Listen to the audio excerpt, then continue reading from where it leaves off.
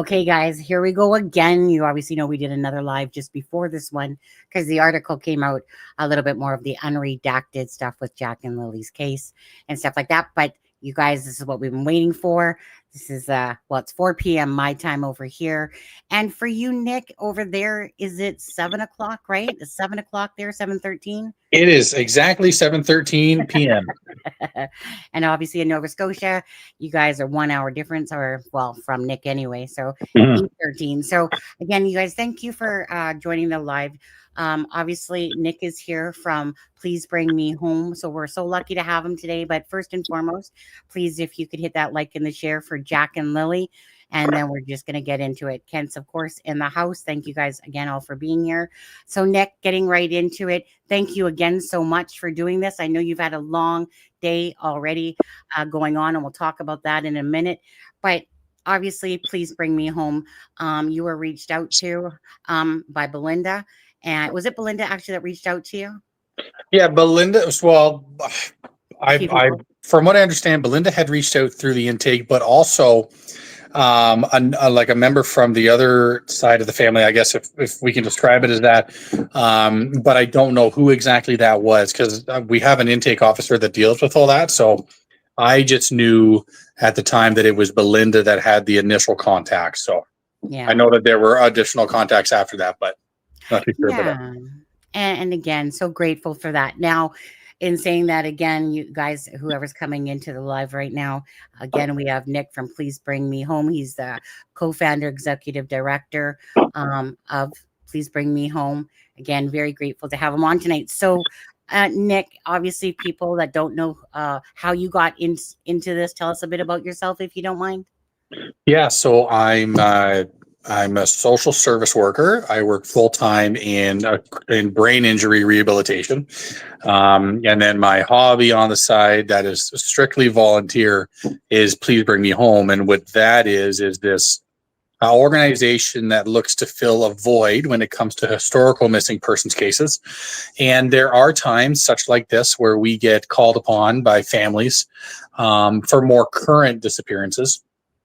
And the thought is that there's something that we can do right now to prevent it from becoming more of a historical case. You know, if we end up getting Jack and Lily's case, hopefully not, but 3 years down the line, was there something that we could have done in that 3-year beginning stage that we wouldn't really have the opportunity to do 3 years in? So, we get intakes in and we really consider that. We have back and forth conversations with the board about, if we were to get involved in a current case such as this, where is our boundary line? Where is our stopping point? And that's something that we're still trying to work out the kinks to right now, as we enter kind of day 6 from us being involved. Okay. Now, so in saying that now, and just to go back just a little bit, so today again, you're working on a case this weekend going on there. Do you just want to tell everyone about that case that you're working on, or? Sure, yeah. So we were running a search over this weekend for Juanita Migwans, nicknamed Winnie. She went missing just over a year ago, and from Manitoulin Island, Shiging, and this morning we chose, just a week ago, we decided we are going to do a search before snowfall for Winnie.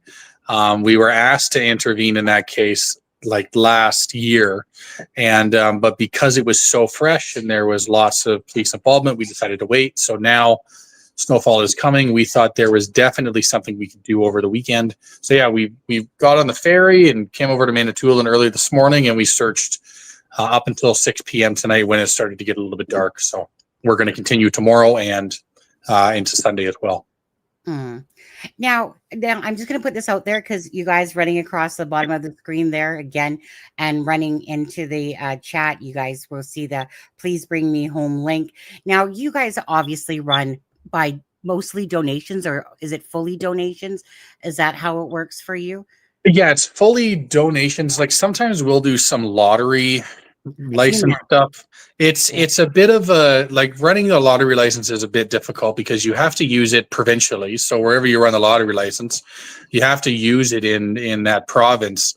And the stipulations on what you can even use that on is very difficult. So it's not like we can use it for lodging and mileage or anything that's an asset, like a kayak or, search equipment.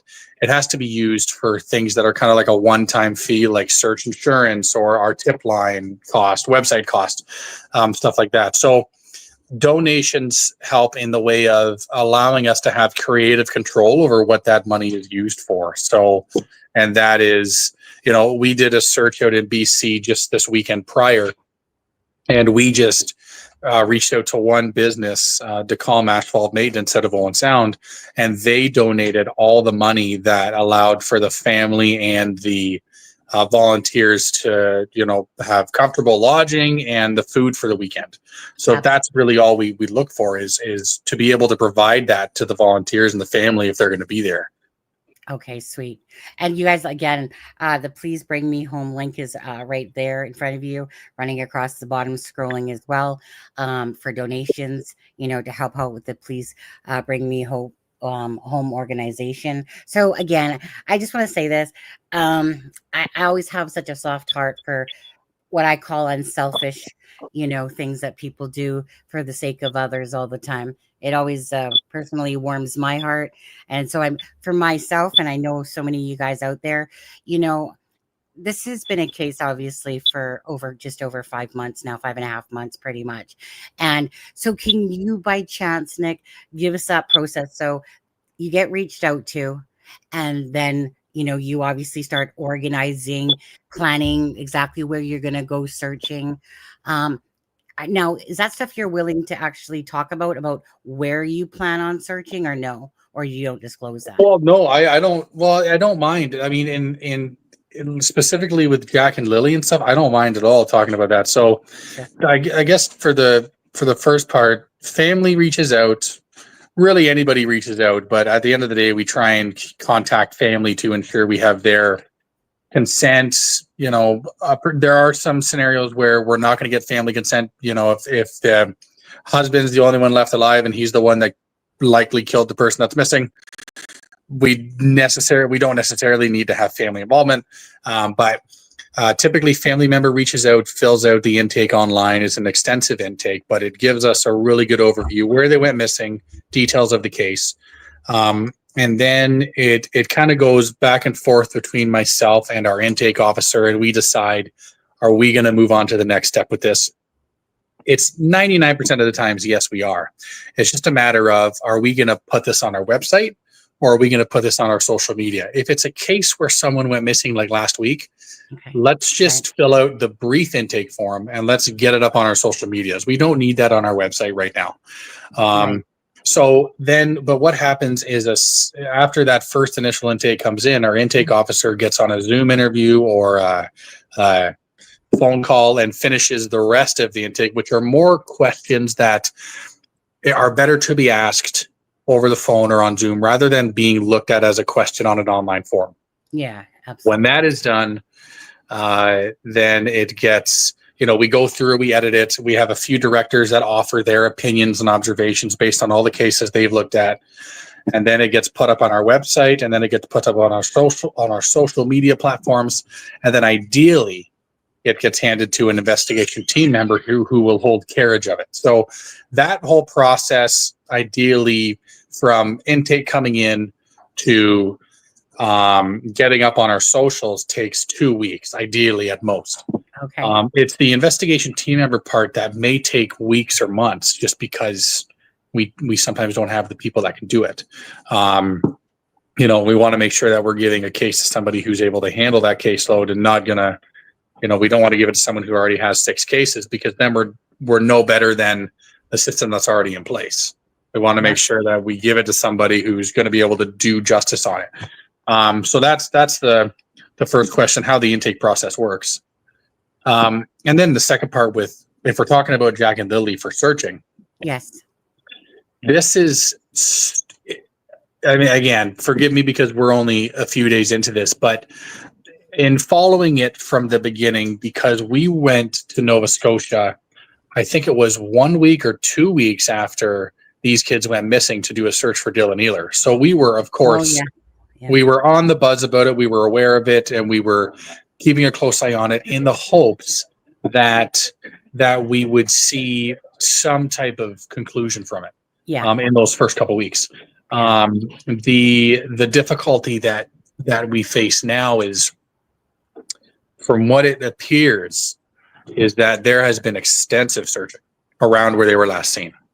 And it appears that they have done so much searching. So that is the question. Where do we, if we're going to go and search, which we're having that conversation kind of today. We saw a post, like, I'm aware of that post that went out last night that we're calling for volunteers. And the goal is to like grow a search team there. We don't want to rush it, but we also don't want to be content with allowing those children to remain out there all winter. So we're having this real difficult kind of teeter-totter conversation with the Please Bring Me Home team on, if we go this year before snowfall, where do we go that's going to be meaningful and could hold some results that has not been looked at extensively? That's the question that we're toying with right now. Right. So is November 1st kind of a tentative day? You know what? We've thrown around November 1st. We've thrown around the following weekend as well. Anything past that, I don't think we can. We'd be rolling the dice a lot. Not as if we're not rolling the dice already, but on weather. But the hope is to do something. So I feel like because we're in a position that I think we can do something. It's more likely that we will do something, but it's again, we're still early parts of the conversation. If we go, I don't want this just to be, 100 people coming out and wandering around people's property. I really want it to be this is where we need to look. In my opinion, based on a search area, if the strong belief is that they wandered into those woods, if that's the belief we're going with, that's what happened, and they haven't been found based on the searching that's happened, then the only two possibilities are that they were underwater at the time of the searching, or they are buried. And I don't see buried being likely. Not speaking from an investigative standpoint at all. I just don't see it being likely based on the amount of searching that's happened and how quickly the searching started. But underwater, that's a possibility. And if we were to do a search, then we would have to focus our efforts more likely on the perimeter of waterways where they may have been underwater at the time of initial searching. But we've revisited areas 3 years after, and that where it's been extensively searched, and we've located the individual on the outskirts of that water because eventually they surface. And this is very difficult to talk about children this way, but if that's what happened, if they wandered in there, the reality is, and they haven't been found, it's not police ineptitude. It's simply that they were hidden too much from view, and that's where you start looking at waterways, creeks and swamps and ponds and stuff like that.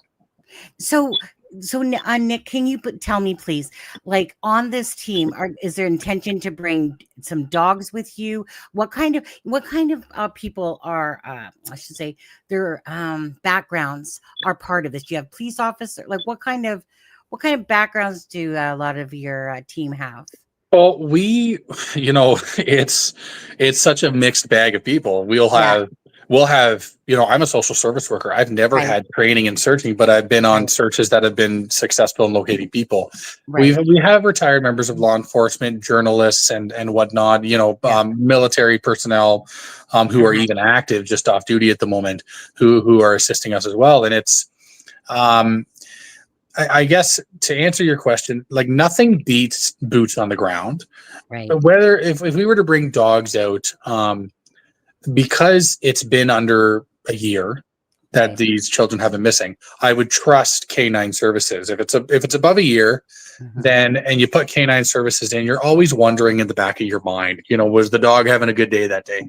Could the dog have missed something? And so whereas if you actually put boots on the ground of people that you've searched with before, that can do a good job and clear an area and are willing to say, I can tell you that my line that I walked, there's nothing there.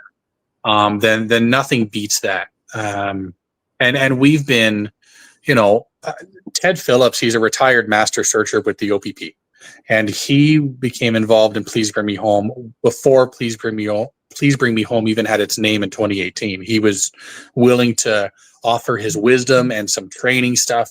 And that's where we get a lot of our information on what it means to search for a missing person and how to do that properly. So we trust the training that we get, and we go out and we do our best. Sometimes we find them, and if we don't find them, at the very least, we're confident that they're not there after we've walked it. Yeah.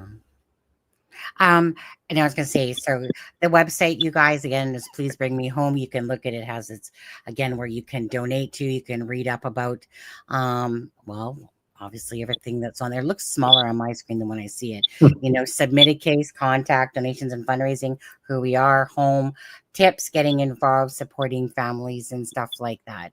Now, I did have, darn it, there was a question I had to back that up, but then I'm one of those ones that I think of so many things and then it brain explodes on there. Kent, did you want to ask Nick something specifically now? Well, like I say, your people is one thing. The other question that we've had multiple times is assets that you have access to. Mm-hmm. Do you use local assets or what assets? Because like in this case, you're talking about possibly searching the shorelines of waterways. But divers have searched the still waterways and areas around the property. Mm-hmm. So when you're talking waterways, are you talking more like the rivers and stuff? Because like there'll be a way lower water level in them now than what would have been in them in May, right? Yeah. So, well, to answer the first question, if we don't have access to it, we can find it. So, and I'll use this one from last weekend again. Argo and the Ministry of Transportation, who was already there in Sun Peaks when we were looking for Ryan Stuka, they offered their support. So we didn't have to try and transport those items there. They were there. Mm. Ideally, you start where you're searching and work your way out. Is there a reputable service when it comes to canine, divers, drones, ground penetrating radar, forensic anthropology that's close by, and you work your way out from there? If we end up having to have those people come from here, where we have a strong like Ontario foundation of all of those things, that would certainly be more than willing to go there. But ideally, we're getting that from the area. And yeah, in terms of the waterways, I'm looking at even little creeks that just sometimes even trickle water, where it would have been enough at that time of year to have interested young minds and something could have happened. Not so much areas that have already been dived. I'm not interested in those areas. I'm interested in the areas that maybe would not have been given a lot of attention early on. Right. And I mean, the obvious place to start looking is behind the house, not across the road. Right. And when I look at the CalTopo map system that we use, you can see some various little bodies of water and little creeks and rivers and whatnot that are across the road that highly interest me, from someone who has the ability to just look at a map and has no idea where has already been searched at this time. But those areas are interesting. That's that campground, right, Kent? That's across there, that campground place. Kent, unmute yourself. There you go. It's kind of towards the rail tracks, the water I'm talking about too. One. Yeah, he's talking about on the same side as the residents. Yeah, definitely. And I can like I said that all summer. I said, if these children got into the water, and they would have been exposed, because it's been so dry here all summer that Have you seen the grid map of the search and the radius map that I have sent to Chrissy yet? I've seen the stuff that's been online. I just didn't pop in and look at the drive in the last couple days, like where we have all the information. So I imagine it's in there. I haven't seen the radius map that you sent Chrissy, though. Okay. Is that the one that Daniel showed? I don't know. I got the two of them off the line, Yeah. so he might have seen them. So, And it's the one with all the circles on it that show Yeah. kind of the Yeah. I've seen that one, and that's Yeah. typically how searches start. You start with the smaller circles and then work your way out, and you use a lot of statistic planning with that. But yeah, because it's and kids have wandered. I think I read a story about a kid that wandered away like over 3 kilometers, which is typically unheard of. But everything else is but what's the word I'm looking for? Not skeptic. Well, yes, we're guessing, but it's more likely that if they did wander away, that you got to. Thank you. Yes, that was exactly the word I was looking for. It was I was going to say skepticism, but I'm like, that's I not know. right. I heard you, and then I was like, I'm pretty sure. I think you mean speculation. Yeah, thank you for that. So it's other than looking at wandering and misadventure, everything else is speculation, and we typically like to try and debunk misadventure first. And I think that the RCMP and the search teams that have been out there, whether it be volunteer, RCMP, whatnot, have done a good job working to debunk that. And I in no way think that by us coming in, we're going to do a better job. But waterways, every single little waterway and creek and pond has to be re-looked at like 3 or 4 times, even if every little thing of water that they did not walk away from and say they're 100% not in here has to be looked at again. We've seen that happen. We've seen it happen a few times where areas have been cleared, but they end up surfacing. Absolutely. Yeah. I mean, I'm trying to think of the case. You know what? Have you ever heard of Adventures with Purpose out in the? Oh yeah. Okay. Yeah. So right. So was it Kylie Rodney, that case, right? Mm-hmm. So they had searched all those ponds, and Adventures with Purpose, they come in with, she was literally in her vehicle 14 feet, I believe it was, from the shore, whatever you want to call it, where a car went in, but yet it was searched. But the same thing happened when Nicola Bulley's case in the United Kingdom, right? It's like they could not find her. We're talking about a weir, like a river, a small little kind of canal thing with a weir, and in your head you're like, you got drones, you got dogs, you got searchers, you got everything, and yet they couldn't find her. And then just oddly enough, a psychic on the 19th, the next month later, ended up seeing her body floating down, the river wire there.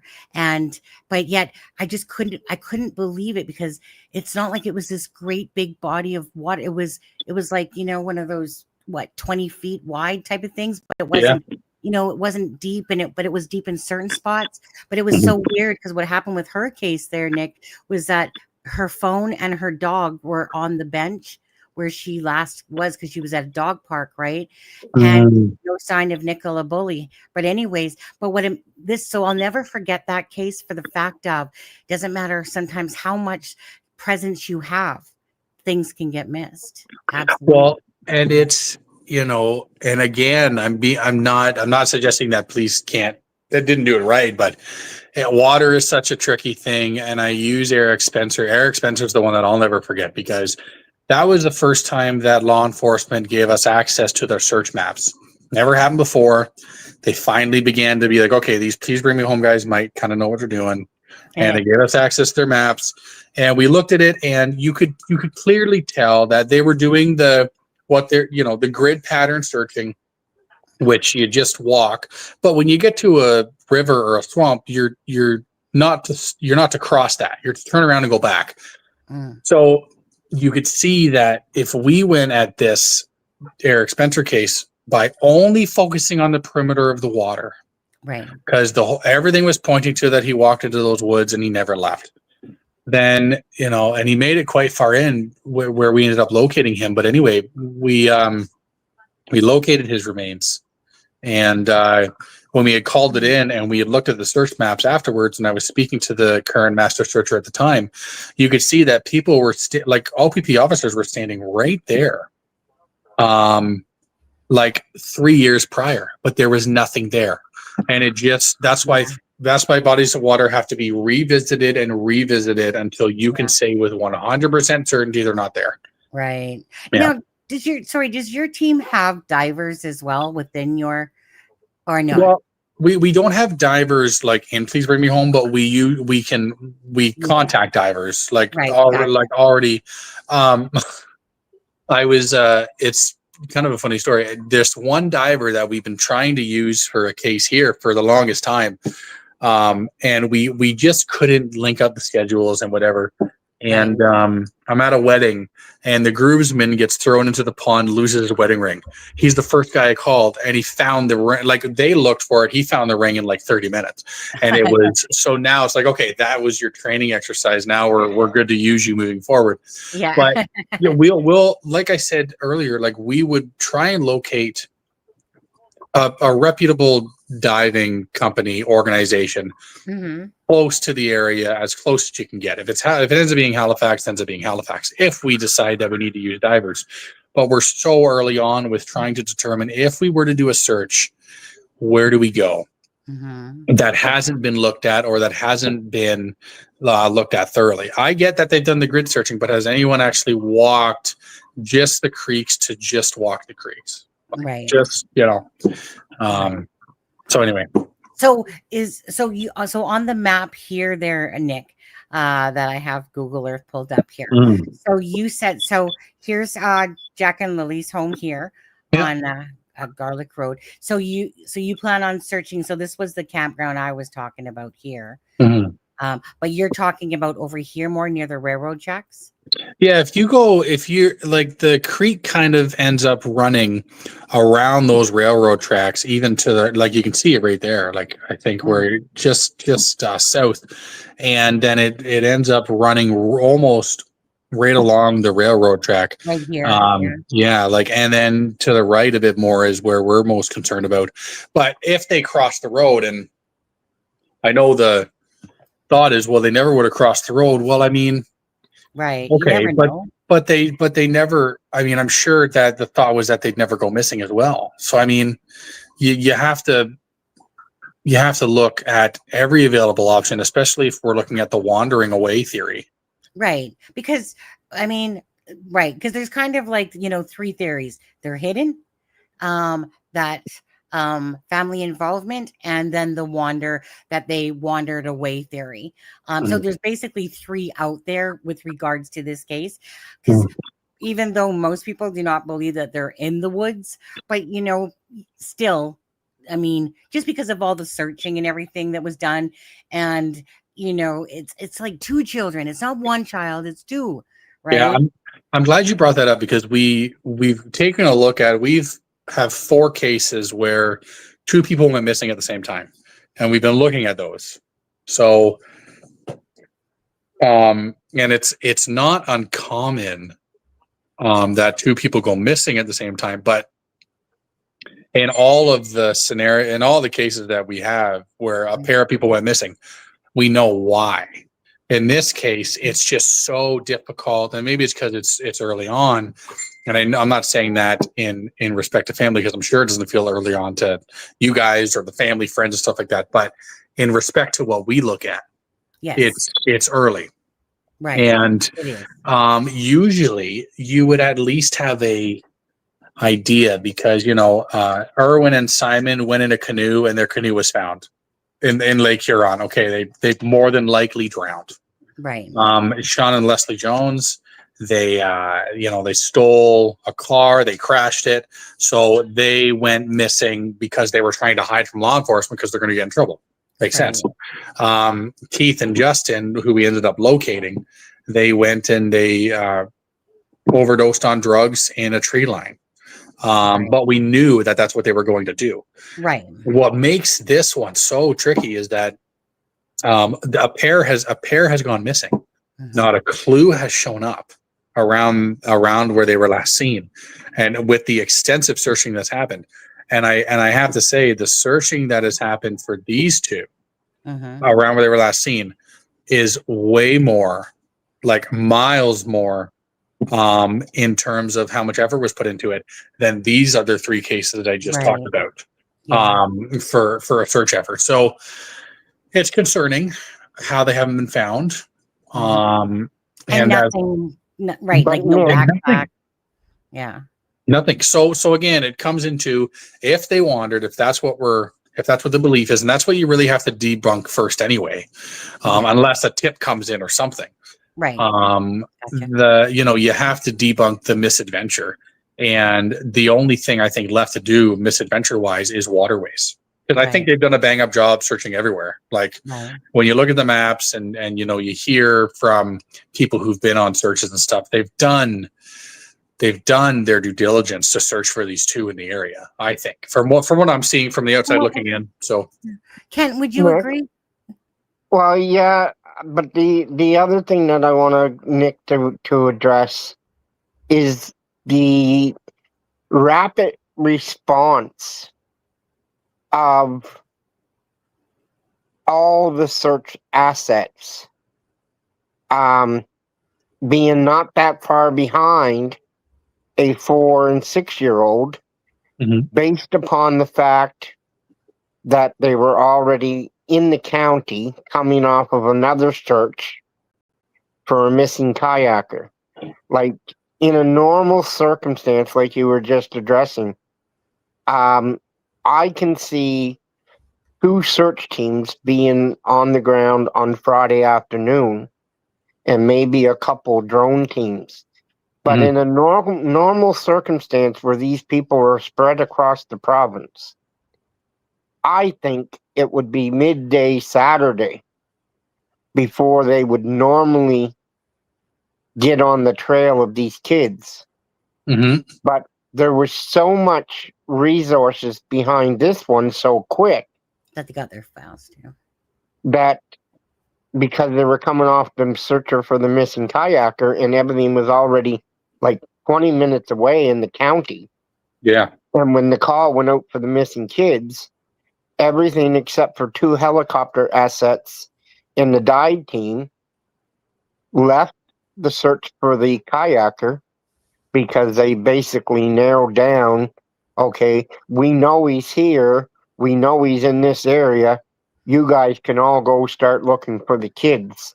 Do you find that because of the quick response that makes this search even more rare? Like, because usually the assets wouldn't be that quick behind their tails. Like, can I add to that then, just quickly on that, Kent, as well to Nick?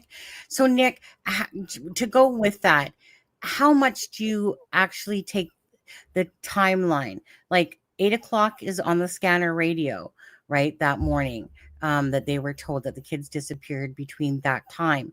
Now, and then, little after 9 is when Janie says she hears them, 9:40, whatever. But so they basically used like a, whatever it was, 5 or 6 kilometer radius that said that that's how far they could walk a 4 and a 6 year old in that time, based upon say 8, let's just say 8 to 10 when the 911 call came in. So like this is a 4 and 6 year old, right? Yeah. That possibly has autism. And we all know that autistic children, if they possibly are, like water. But so like how far could these children have gotten? I know that what they've said, but do you use their timeline to go with what Kent said, about? Yeah, like it's really tricky in this case because there was, and it just adds to the, the doubt in our minds, because the fact that it was such a quick response and there was such an extensive search, and we're still trying to reason with the possibility that they're still around there somewhere, it makes it really hard to think that they're still in there somewhere when that was the response. Right. And usually, yeah, you're right. Usually you don't see that. You don't see a response that fast. And I'm glad they did, but again, how far were they got? So then it kind of poses another question. Is it possible that they wandered off, they hear people looking for them, they think they're going to be in trouble, and they're hiding? And you only have to hide from one person. Only have to hide from one person walking in that part on that night, where if they're missed that night, it's possible. Right. And then they get lost. It's just, it's possible that I don't want to get in trouble. Someone I don't recognize is calling my name, whatever it is. I find that to be more likely than they stayed out and they were missed if they were just out and about wandering in the woods. So, because I think that they cut off, when they started searching, they cut off those parts where they likely would have gone to and been able to reach in that time. I mean, they're not running the whole time. No. So again, it just brings in a whole bunch of different speculatory questions. How can they still be out there if all this searching happened? And the answer is, if they are there, it's underwater. It's because they were underwater. Right. And then that's really where the gist of it is, what you're going to gear up to look at. Yeah, that's the only thing that I think we could possibly provide. Yeah, only thing that I think we could possibly provide is that. And before we even did that, I'd want to hear from RCMP if they're willing to share about what they've done specifically for those waterways. Like, are we wasting our time and donated funds and asking the public for funds to get people out there? When it could be used more effectively at a later date, right? At another area, right? Oh, I want to quickly just play that clip if you don't mind, and stop screen share. We played this last night, you guys. And again, for everyone that's here, please hit the like and share for Jack and Lily. Keep it out in the algorithm. Be their voices, like we always talk about. And Belinda's in the house here, Nick as well. And again, very appreciative to joining this live to come help in whatever way. You know what? Something is always better than nothing, is what I say. Something is better than nothing. So that's how I always kind of look at everything, right? So no matter what, it's, whatever you can do. And just quickly, how long do you plan on kind of being in the area for? You said you've been working on it for like 6 days so far. So just from a distance, we've been just trying to organize our thoughts on it and gather all the information we can. But if we were to go, if we were to be involved, it may be a group goes down one weekend on the 1st and a group goes down on the 8th weekend, but it's I got to digest that a little bit to see if that's even possible for us to do. And I don't want to get anyone's hopes up thinking that we're definitely going to be able to go, but we're going to do, I think at the end of the day, we're going to do the absolute best that we can. We may not be able to find them, but we're going to put our best effort forward to do what we can. Right. So at least to clear something that, to kind of clear spots. It is a very, what do you want to call it? Treacherous terrain. What'd you say, Kent? Treacherous terrain. We love treacherous terrain. That's where I love to throw our searchers in the worst terrain possible. Right. Well, I hear one of them laughing in the background. You're coming to get it. Yeah. Okay, so you guys, I'm just going to quickly play this. This is Nick. It's about 1 minute and 55 seconds. Global News at Halifax. Volunteer group joining the search for missing Nova Scotia kids. Obviously, the solution is we locate them. We got to find these kids. For Nick Oldrieve with Please Bring Me Home, the goal of their involvement in the search for Lily and Jack Sullivan, who went missing on May 2nd from their home in Lansdowne Station, is to shake the tree. Maybe it implores somebody to send in a tip if they know something, or the search efforts continue and they're in those woods. He says the nonprofit group has only been involved in the case for about 5 days, but adds the children's grandmother, Belinda Gray, had reached out to them back in May.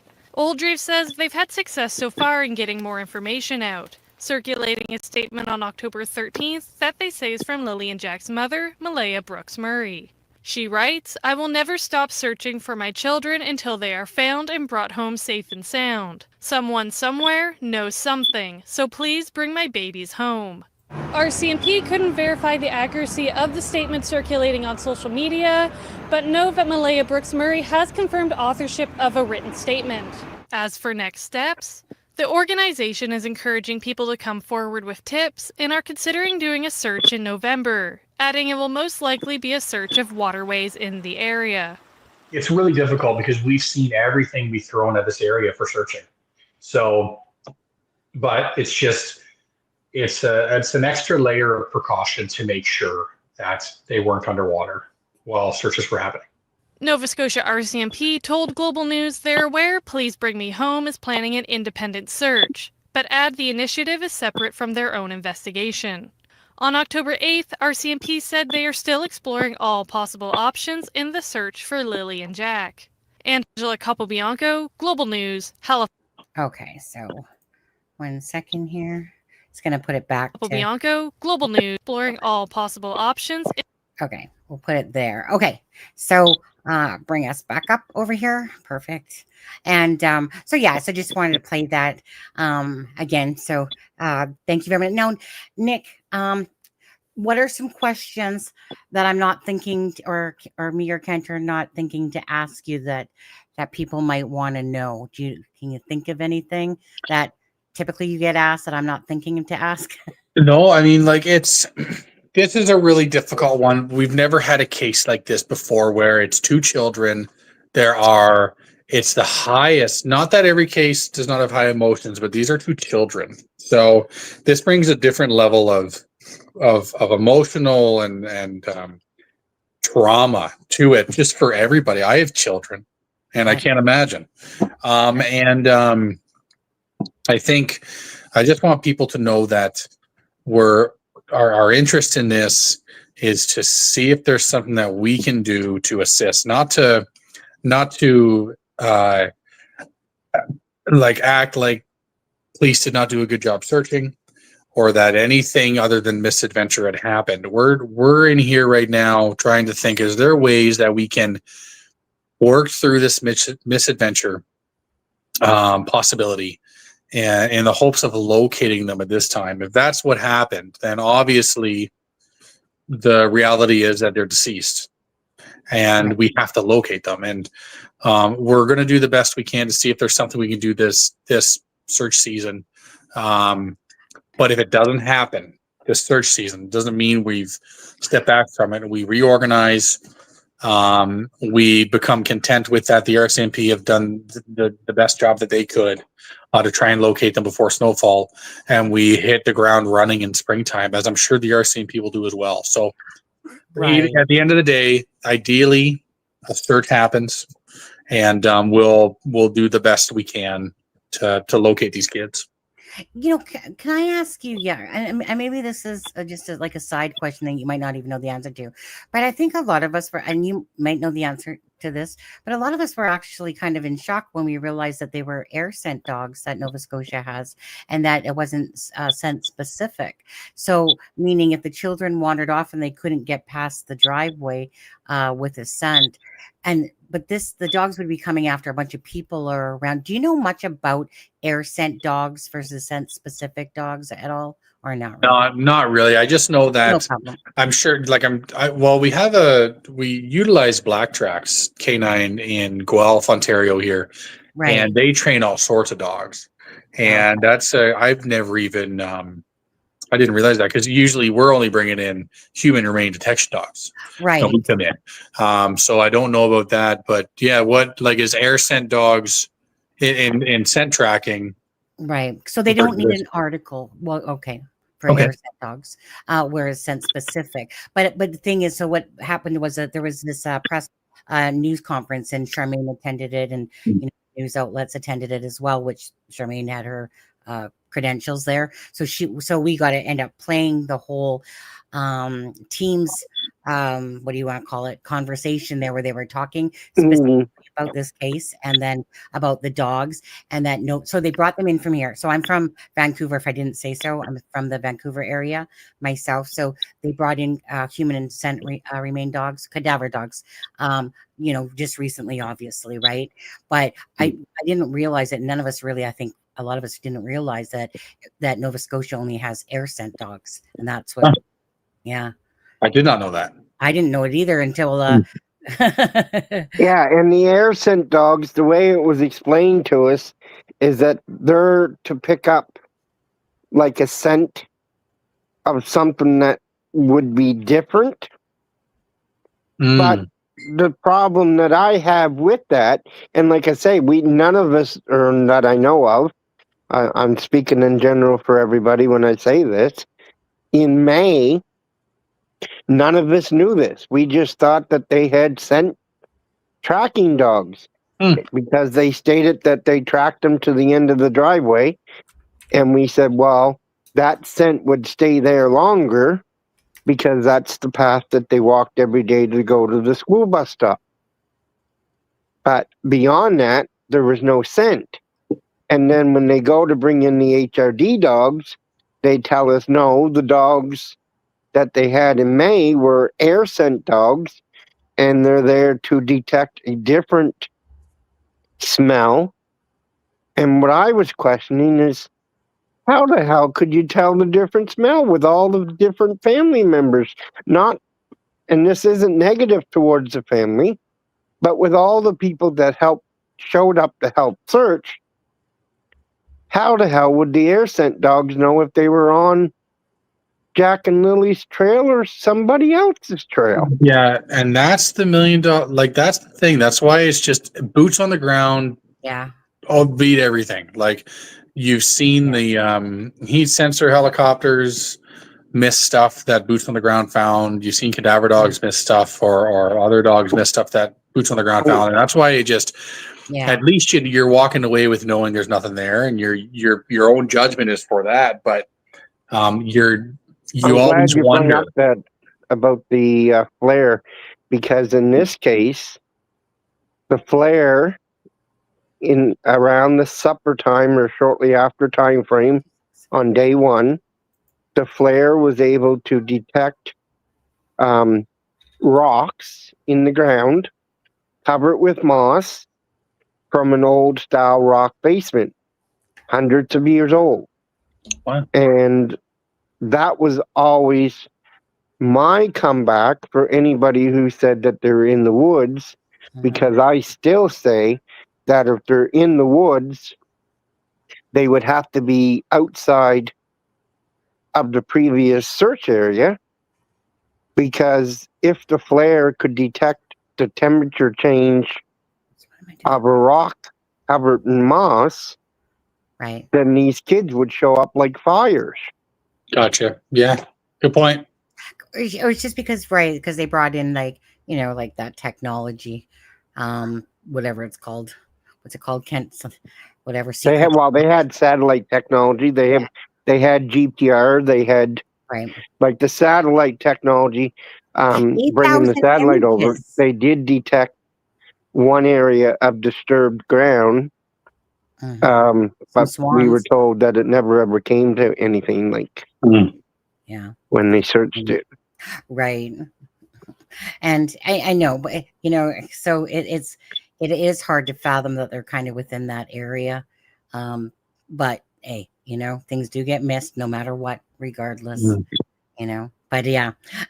Kent, did you have anything else to ask Nick? Well, I wanted to know, does bring, like, okay, like you say, boots on the ground is the most important and crucial step and stuff. But do you guys do investigative work on the case as well? Yeah, I'm glad you asked that, because we do on historical cases. Okay. We try our best not to on current cases, but curiosity. And when, you know, and sometimes this is where it becomes difficult, because sometimes people just choose to share information with us, and it's like, we can't, like, there's no one that would walk up, like, people wouldn't walk up and say, hey, I want to tell you something, and I wouldn't be like, no, go to police, because I like, go ahead and tell me the info, because I don't want to lose info. But it makes it really difficult this early on, especially when it's children, where the current appearance right now is that they've wandered into those woods. That's the current, like, I mean, I say that loosely because it's been searched extensively, but it's appearing that right now the narrative, that is what happened more likely. Okay, so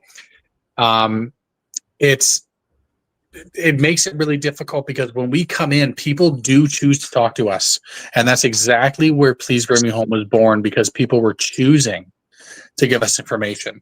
They did not want to go to law enforcement. They did not want to go to Crime Stoppers, so we became a third option. So in this case, if people come forward and give us information, we're gonna do what we always do, whether it be a current case or historical case. We're gonna share with law enforcement, but we're offering still that anonymous wish. If you wish to remain anonymous, we're gonna give the information to the RCMP. But if you wish to remain anonymous, we're gonna allow that, and we're gonna honor that. So it's really up to the person giving the information. So and for right now, anyways. And then we have to try to pull ourselves back if people say, hey, I think you should go talk to this person. Of course, we want to, because that's what we do. We go and we interview people for historical cases. But I don't know if that would be doing Lily and Jack justice at this time in the timing of their disappearance. I think media exposure like this and getting people to continue to talk about it and searching is likely where we could add some intervention. Yeah. They're so sad, these cases. I know, they're rough, and the kids are, I mean, all of them are sad, but 2 kids. I know that's the thing. It's like 2 kids, right? And so basically, from family members, it was said, though, that, the minute they got wet, they were back inside. That Jack had to be carried in those woods, and Lily didn't like bugs at all. Jack loved bugs and whatever. So the thought of them even to go enter woods based on what the Martell Mackenzie side is saying, right, is it's like they keep saying that they don't believe they're in the woods, and for said reasons as well, so but it's still a small possibility, even with all the searching, or like Kent says, perhaps they're out of the, area past the search, but maybe for altered reasons, in a sense. So who knows? I'll tell you, the possibility of them being anywhere in those woods around where they were last seen is becoming much smaller. And the possibility of them being taken from there is becoming more, it's working its way up there anyways. But the absence of clues is a clue in itself. So if you don't find any clues. Yeah, what is it? The absence of evidence. How does that one go? The absence of evidence. The absence of evidence, the absence of clues. The absence of evidence is evidence. Yeah. Right? Like it is something. If you don't find anything there, then it's likely pointing towards that there is nothing there. Right. So, Nick, a question from the chat. Are you identifying any abandoned mines? Because I know that one was by earlier. Buildings or abandoned buildings to check on your searches? Well, I'm glad you asked that, because that came up for the first time for me this morning. So that's where I really have to depend. I shouldn't say depend on. If we think it needs to be looked at, we'll look at it. But I'd love to see if there's any willingness from the RCMP to share more details on that, on those search areas, just like that. Yeah, Chrissy has asked me, and I sent the request out this morning. I don't know if we'll get them, but she hypospherical maps I think she called them. That's what I called them anyway. But it's the mapping from the helicopters. Oh yeah, okay. So I did reach out to the Pictou County RCMP, and the staff sergeant wasn't in, but I did leave him Chrissy's number if they're willing to share that. Yeah, if they're willing to share details like that, and I'm sure they've also stared at the map as well. Like, what have we missed? Have we missed something? And and it must be driving them up the wall, just like it's driving all of us. Is where, if they're in there, then what has been missed? Right? Are they underneath? For both of them? What has been missed for two kids? I know. That's the I hard. understand one kid falling in somewhere, Right? but two. But two, that's just it, right? And that's what makes it a mysterious story. But this case is mysterious, to say the least. It is. Yeah. I hold out hope that one day, Yes, and hopefully soon. It's just Another question there from the chat. They're talking about hiding spots been looked at in the woods. Well, I think they cleared out their two own little forts, but we do know that the hurricane damage from a couple of years ago has left the woods like completely rooted up. I just thought of this now when somebody asked this question, because I know in my neck of the county, which I'm about 25 minutes west from where the kids went missing, this summer they've been doing quite a bit of cleanup. The logging companies and stuff just going in, cleaning up the debris so it's not a forest fire risk. I'm wondering if there's any way to get the information from ground searchers in regards to location of large trees that may have been blown over in the wind and might have been uprooted some, but the night that the kids went missing was also very windy, and maybe that toppled another tree over a tree, which would allow the root ball to fall back down.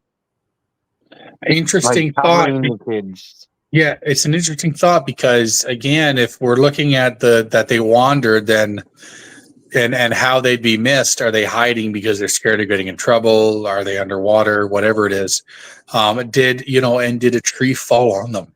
I mean, I don't know. It's one of those things when searchers are out there, are they lifting up and looking under trees? Likely not, but it would be hard to, as a searcher out there, how would you determine and wonder, that I could tell that tree fell just an hour ago. But like if there was what I'm thinking though is like if there was fresh broke trees, because like the hurricane stuff damage was 2 years old. Mm-hmm. So if there was a recently, because like I say, some of these root balls, I know around my place, the root balls, because of their evergreen trees, they're like 20 and 30 feet in diameter. They're only about 6 or 8 inches thick because they're evergreen trees, so the roots aren't going very deep. But if there was a fresh break, like it might not have even clued into the searchers to take that as a possible, right? Because a fresh break would be different than a 2-year-old break, and might leave a signal, is all I'm saying. Because it was really windy and wet the night the kids went missing. That Friday night, the wind blew like real hard. I feel like I would have won the lottery faster than those kids would have landed underneath the tree on that one. Yeah. It doesn't seem... Well, again, then you're, one maybe, but 2 kids, that's the thing. you know, you can picture many things with one child. But like you said, falling down some sort of hole, you know, and maybe the earth kind of covering them, you know, something, right? Mhm. But two children, you know, It makes it really difficult. So yeah, yeah, yeah.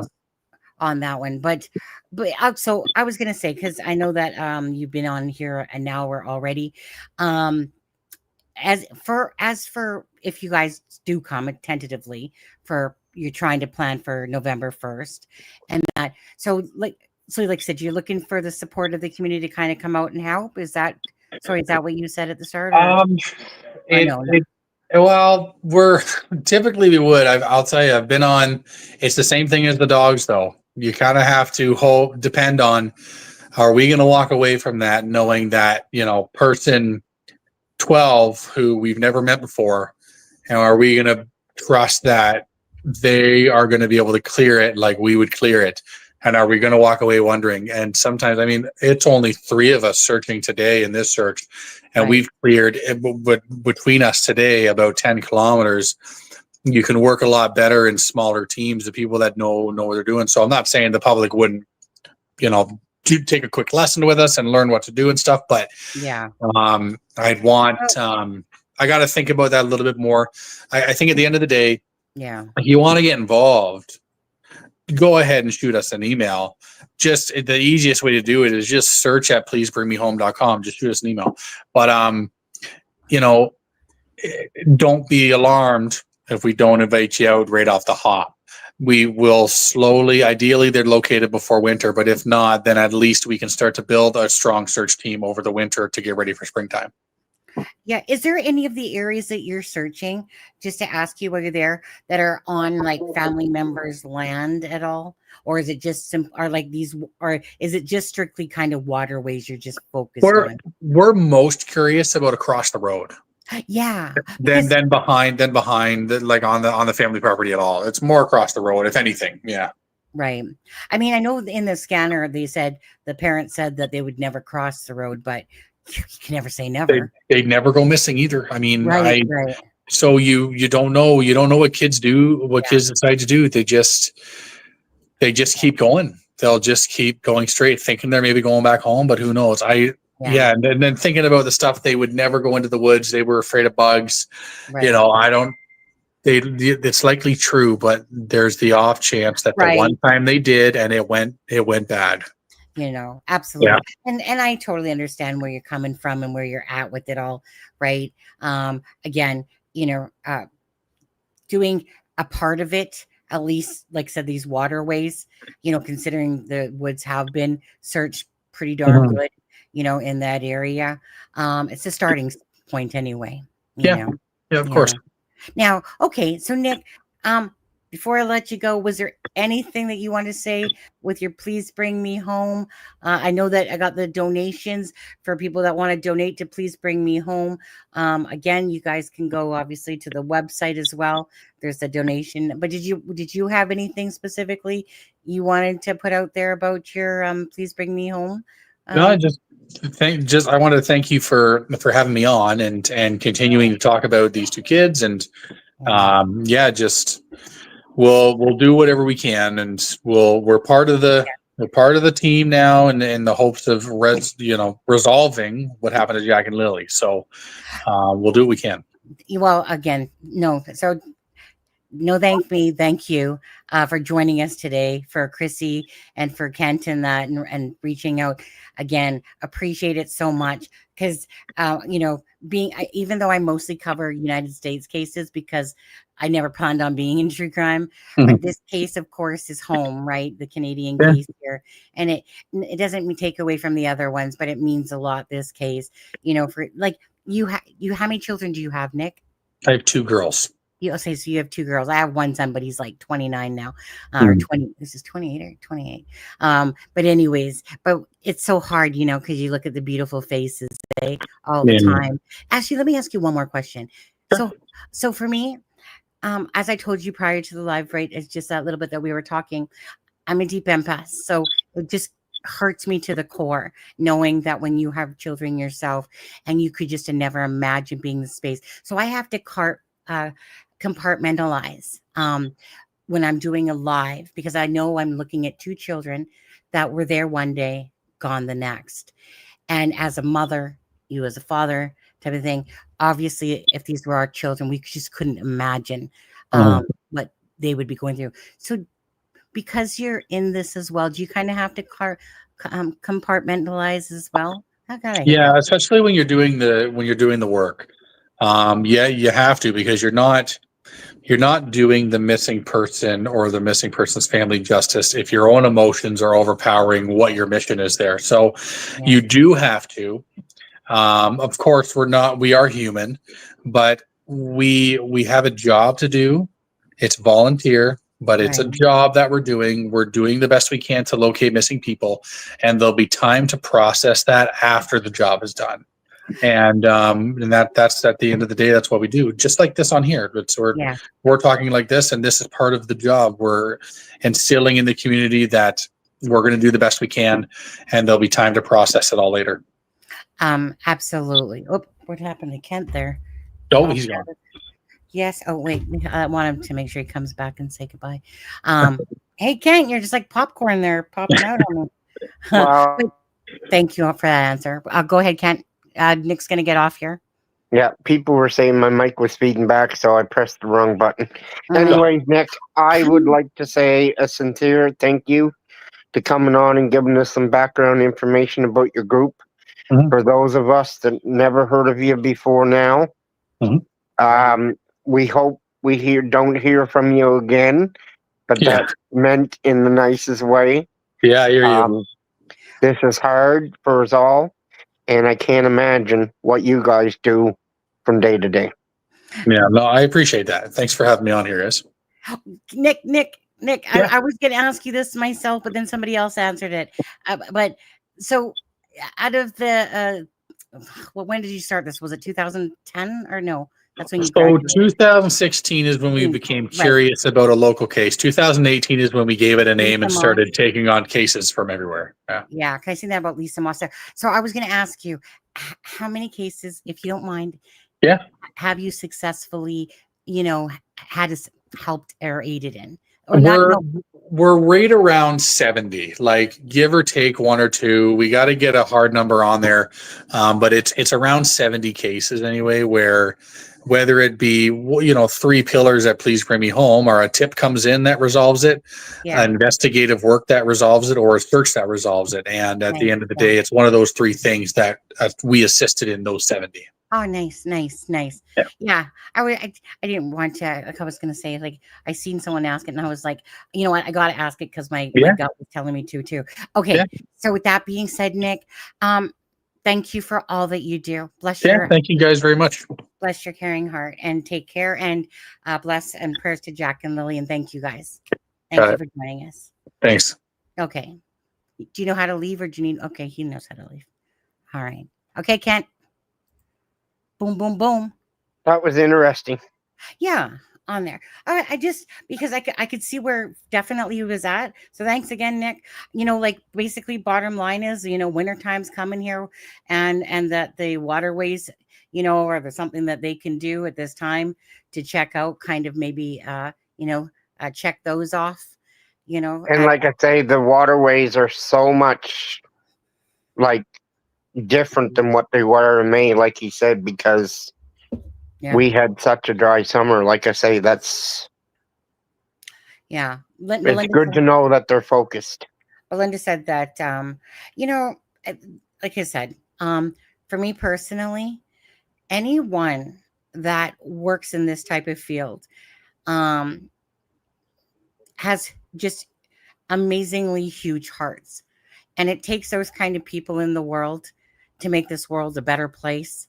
So I'm always grateful for these type of personalities that have such a deep care that, and that's why it's kind of like, a lot of very caring people they become, teachers, doctors, nurses, and all these different, and I think you said he was a social worker and stuff like that, right? His background, yep. All the people that like to really help people and stuff like that. But I just find it such an unselfish thing, that there's something that impacted you, of course, to want to, kind of like EquiSearch and stuff like that, right? Just beautiful people, beautiful hearts, trying to help out in any way that they can. And so I'm just grateful myself, and I know you guys are too, that some people are working to help try to find Jack and Lily ears. New Ozzy, good point. Can you at Kent and let him know? Hey? I don't know if I missed a question. Evarshan, good point. Can you at Kent and let him know? Right here, I think. Explore, maybe his mic. Maybe his Yeah, mic. that's when I tried to put it on mute and I pressed the wrong button and backed out. Yeah. Wonder, do you think Globe and Mail's article's out yet? Something tells me not likely till the morning, but I don't know what time in the morning. I know their paper's online at 6 local, so. Yeah. Well, I mean, usually the Globe and Mail has a few more tidbits, but that just depends on really what was like the last time, right? It's like here's a little bit more about 828 and stuff like that, but usually Globe and Mail sometimes has a little bit more, sometimes tidbits, but maybe not as well. But it just really depends on how they report it, because when we were reading the first original document when they were dropped, there was tidbits in this one that weren't in this one and stuff like that, but that was more like a bigger drop, right? This is just more like a little bit of tidbits. If you're talking about the bugs, Angie, yes, the bugs wouldn't be as bad now because of the chilly weather. Yeah. But that was in the spring. Stella says there was an update on CBC at 6 p.m. Yeah, that's what we watched. Is that earlier. the one we watched already? Yeah. Yeah. On there. Okay. All righty. Well, is there anything else you wanted to talk about? If not, then we can get going. It's up to you. Well, nothing in particular me. I don't know how many people that are here now that if you just wanted to play that CBC news story or read the news story, either one again. Yeah, I can just play that. Because there's probably some new people here that wasn't here. Or that was a pop-up live that we done before, right? Yeah, no problem. I'll stop screen. Unless you're going out for dinner. No, I already had dinner. Husband brought me home a Subway. At my BLT. BLT.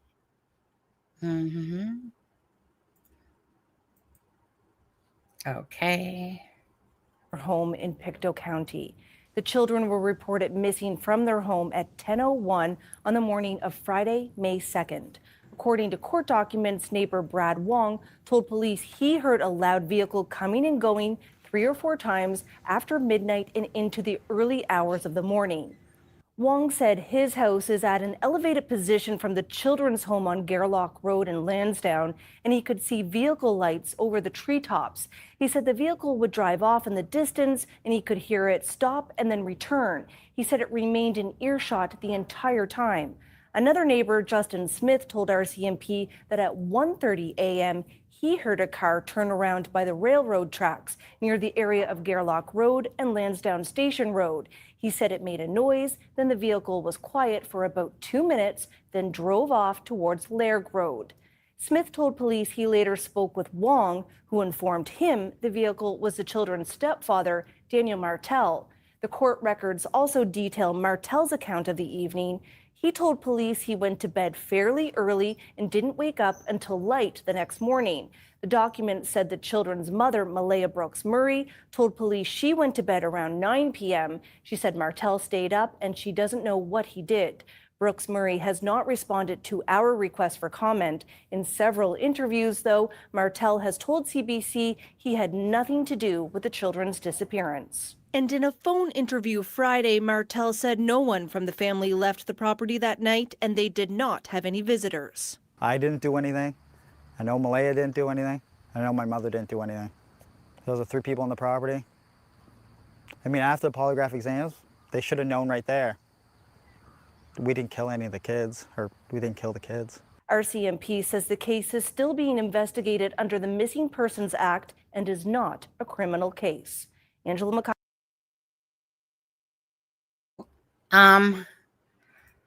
This is what Lobster's like, DT's gonna love this. Well, absolutely, he's gonna love that. He's gonna love this live with him talking about it. You know, at the end of the day, right? I was definitely not about to ask him questions beyond what they're there for, right?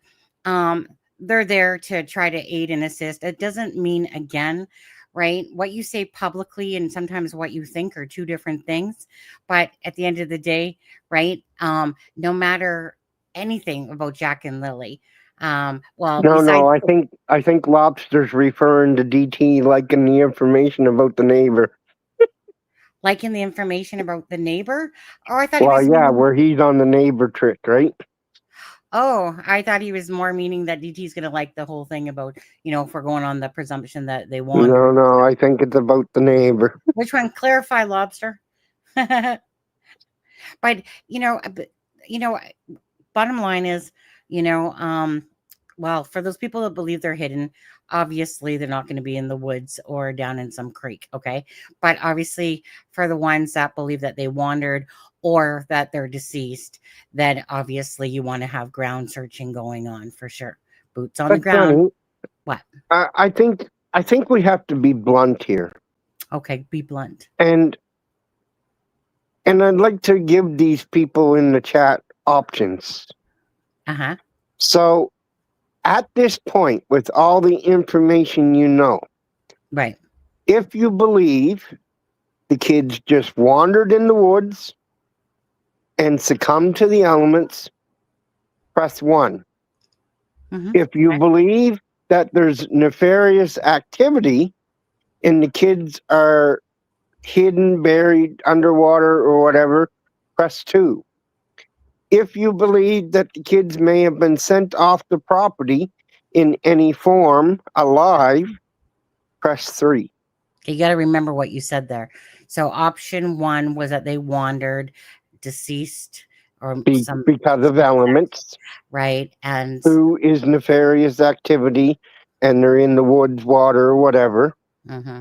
And 3 is they were sent off the property in some form and still alive. Right. So a couple of 3s, the rest are all 2s. 2s, yeah. Yeah.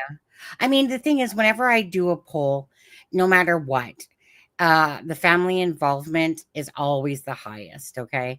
And it's not going to probably change unless there's something that leads, because of the suspiciousness about this case, it's going to be hard because no answers, the stuff that we're hearing, of course, online, the inconsistencies and stuff like that, most people are going to need, basically an arrest if to happen, or that the children are found, somewhere out in those woods there, or that they're hidden, on there. I think most people are going to, for the most part, stick to their guns, on what they're thinking already, until some big revelation happens, with this. And, we all still want the same resolve. We just want answers for Jack and Lily, no matter which scenario these are, right?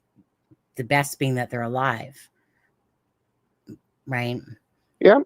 But I just find that pretty interesting because, like I say, there's very few people that believe that they wandered into the woods. It's true. And succumbed to the elements. Right. Now, buried in the woods, or like I say, because of nefarious activity, that's a different option, right? Right. Yeah. So it was interesting. Hey, well, yeah, it's always nice to see where people's thoughts are at still, of course, right? Because we don't have the answers. But again, I'm just always grateful that, you would rather see some movement than no movement, AI Henry's covering all of his options for all the above. Mm-hmm. That's funny. That's like all the stories, and you're just procrastinating. Let's see. Let's. I'm gonna watch a video from Hunter S. What's he saying? I'm gonna do that. He put out a video an hour ago, and I always like Hunter S. True Crimes video. You guys want to watch that with me? Yeah. Yeah. I think you want to watch it, Ken? Yeah. Sure. Okay. I don't watch him normally, so. Yeah, I do. Because I find that he just compacts it and puts it nicely in a bow when he does that. And it's like 9 minutes long. Well, hold on, I guess I should click on it first. Okay, 1 second. Boom, boom, boom. So this is Hunter S. True Crime. So if you're not subscribed, go and subscribe. He has 600. He's only got 615 subscribers. Hold on. I have his link, but let me just grab the link first. Drop it in chat. You guys come help him. If you're subscribed, just let him know you came from this channel, right? I always give and while we're watching, I won't be able to read comments, people. So yeah, just so if you're bringing up new stuff, because I never seen this video before. So yeah, you back to them. Well, he always does good ones. So let's see what this one is. Okay. They're flying in someone to do a polygraph test. Is that on you? That's not just on me, but on everyone. That's what I asked for. I asked for that so early on, and there's not many places that do it in Canada, so they're flying somebody in. Why do you think you need to do that? Do you think they don't believe you? I think their side of the family doesn't believe me, and I just want to clear it up for everyone. Clear it up for everyone, not just the people online making crazy accusations and everything else.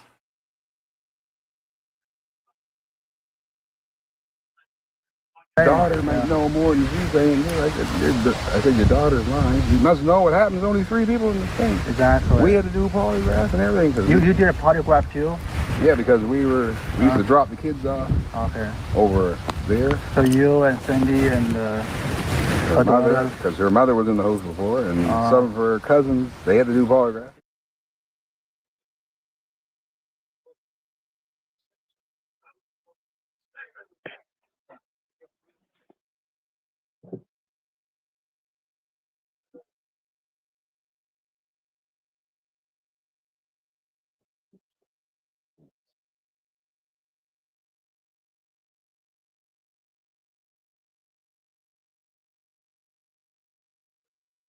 We can't hear Sonny voice.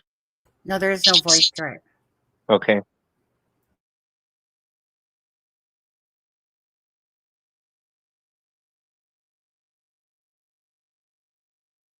The stepfather was always a prime suspect right off the beginning. You felt that from the beginning? Yeah. But you don't feel that now? No, I don't feel that at all. I asked for the lie detector exam, the polygraph exam. Okay, you mentioned you offered to take a polygraph test? Yeah. Did the RCMP take you up on that? Yes, they did. And how did that unfold? That unfolded in my favor. They obviously know I wasn't lying about anything. So they said, yep, great, thank you, come in for a polygraph test. Yeah, it took a little while to set up. And when did you do that test? I don't know the exact date, but that would be at least 3 weeks ago, probably. So roughly 3 weeks after the disappearance? Yeah. Were you nervous? Yeah, I was extremely nervous. Especially with the first question they asked you, did you kill Lily and Jack? That was the first question they asked you? Yeah. Yeah. What went through your mind when someone's asking you that question so point blank like that? Your mind has a massive release of chemicals, I guess you would call them. It's like your stress levels just astronomically through the roof, and your body doesn't know what to do because it's not every day the way you're hooked up to machines in an interrogation room where someone asks you questions like that. What other kinds of questions did they ask you? All the questions pertain to the death of Lily and Jack. Are you accessory to the murder of Lily and Jack? They were all. So all of the questions assumed that the children are no longer alive? Yeah. There were no questions at all about, did you take them somewhere? Could they be somewhere?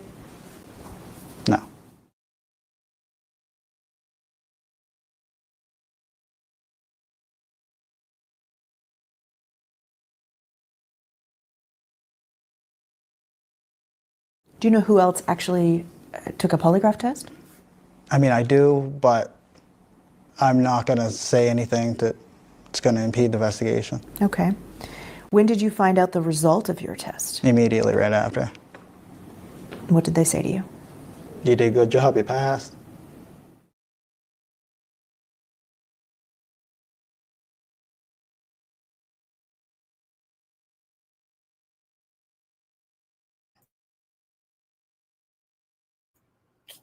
Sometimes you just And like how did to that see feel? the document.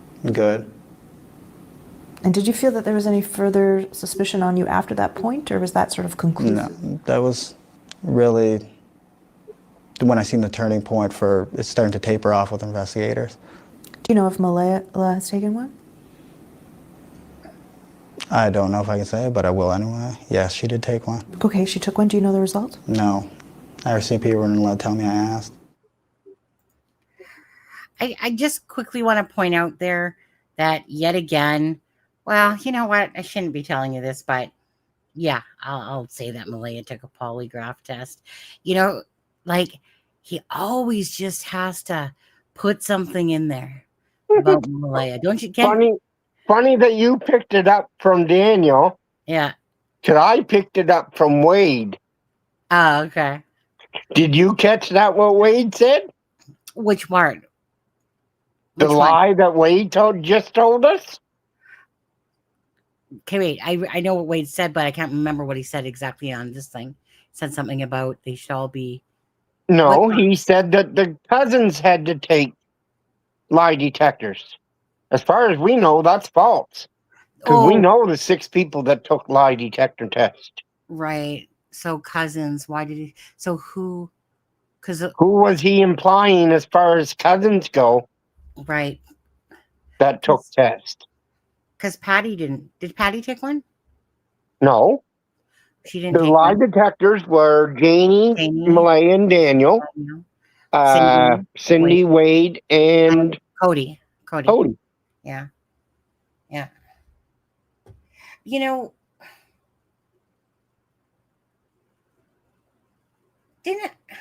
why do I want to say for some reason that Darren said...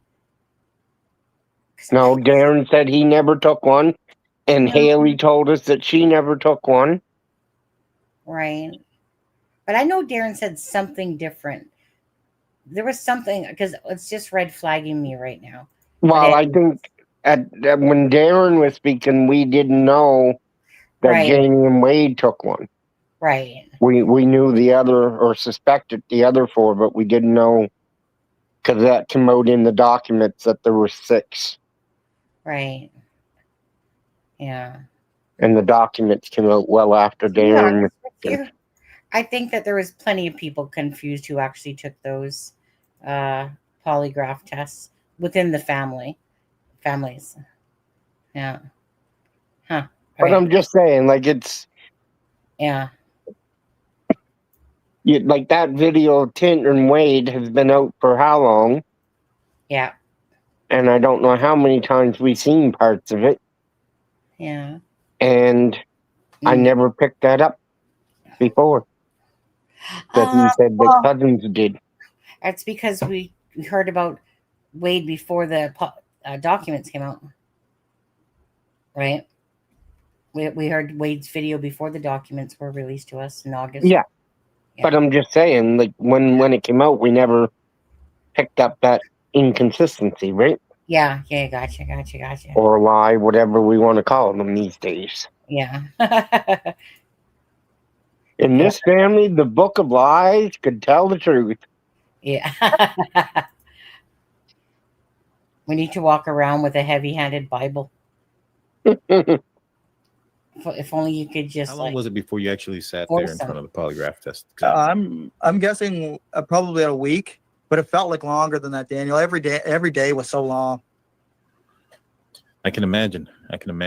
Now, kind of transitioning to that polygraph, you go in. Did they give you the questions they were going to ask beforehand? Yeah, they actually did give us the questions ahead of time. There was actually 5 questions. I don't know why it says in the documents it was 4. There was actually 5 questions they wanted to ask, and then they would throw in questions that they knew that were that you couldn't lie on, right?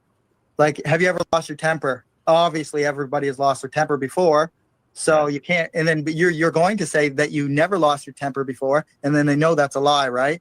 Yeah. So they could find your baseline on that. But all my questions centered around the death of the children. Are you an accessory to killing Lily and Jack? Did you murder Lily and Jack? That's all the questions were based on that. I know the truth. I didn't kill Lily and Jack. Well, those are two. What are the other three? What they did was reword the questions, differently, right? Did they ask you, like, do you know where they're at? Oh, thanks, No. K9. Huh. That's No, they were just all on murder or accessory to murder. Do you know anything on the murders of Lily and Jack? Are you accessory to killing Lily and Jack? Did you murder Lily and Jack?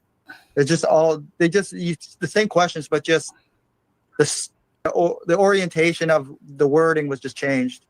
Understood. And but I didn't want questions like that. I said let's do another polygraph, and that's of all the questions on disappearance, and I want everybody else polygraph the exact same way.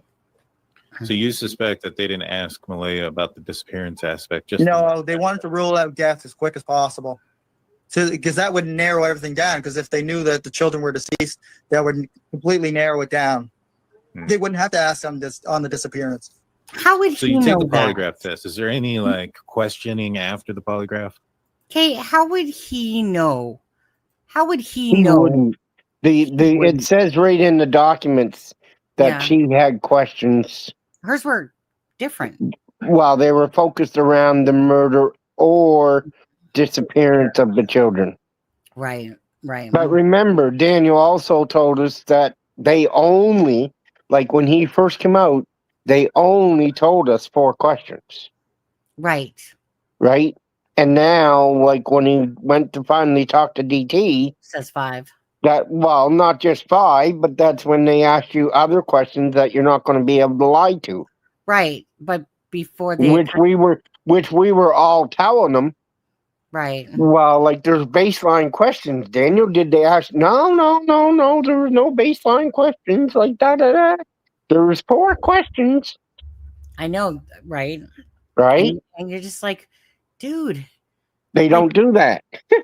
Yeah, which everyone knew, because, right? There's no one in the world that's going to sit there and go, here's 4 questions. Okay, have a good day. Thanks. Yeah. Right. I mean, did you bring up the article? Yep, I did. I'm going to take this down, actually. You guys can go watch it at Hunter S True Crime. Like I said, he's got some good videos out there. Yeah, let's see what the Globe and Mail has to say. Yeah, 1 second here. Let's see how they word it. What am I doing? Okay, let's take a look here. Lily neighbors. Okay. So let's see here. I'll make it bigger for you guys on there. Okay. No, you can't watch Globe and Mail. It's just a newsprint. Well, They might have a podcast out. They did that after they did the. Right, they do on the decibel. Yeah. Mm-hmm. Mm-hmm. Okay, so neighbor told RCMP they heard a car near the trailer where Nova Scotia children disappeared. Again, we haven't seen the documents to see exactly how it's worded of that. So it says 2 neighbors told RCMP they heard a vehicle coming and going near the trailer where Jack and Lily Sullivan lived in the early hours of the morning, shortly before they were reported missing. And thanks again, Jay, for letting me know. Recently unredacted court documents say the missing persons case of Jack 4 and Lily 6 have been the focus of the intensive major crime investigation for the past 5 months. In that time, police cadaver dogs have scoured the children's rural Nova Scotia home and nearby areas for human remains, and extensive searches have conducted, but using helicopters, drones, and hundreds of volunteers. The children's mother told police her kids wandered away from the home. God, it almost sounds like the CBC one almost to a point. Malaya Brooks Murray and Daniel Martell, her common law boyfriend at the time, have said that they awoke that morning to a quiet home and assumed that the siblings had put on their boots, opening the sliding back door and left the fenced left the fenced-in backyard. Well, okay, why does it keep? It was not fenced in. The No, it backyard, wasn't completely fenced in. exactly. There was 2 to 3 different open spots. Well, the part where the actual gate was didn't have a gate on it. Yeah. And there was multiple holes within that side, but so I don't know why they keep saying fenced in, because the helicopter footage clearly shows that it's not fenced in. Like, unless they're just using it loosely, but when you read it, it makes it sound like it was fenced in and that they would have to, go through a gate to get out. But that's not the case. But anyways, the documents, which kind of shocked me that DT didn't even know that when he said that the other day, actually. He's like, he didn't even know that it wasn't fenced in, right? Or that it was, that it was not fenced in properly. Yeah, because he was saying, well, could they reach over the fence? Well, the fence that is on that side now is not the fence that was there on May 2nd. That was built after. Exactly. So the documents are filed in the courts by investigators in support of a records request, detail the 2 accounts from neighbors about unexplained vehicle traffic near the children's home. Both Martell and Miss Brooks-Murray have said that they didn't leave that home that night.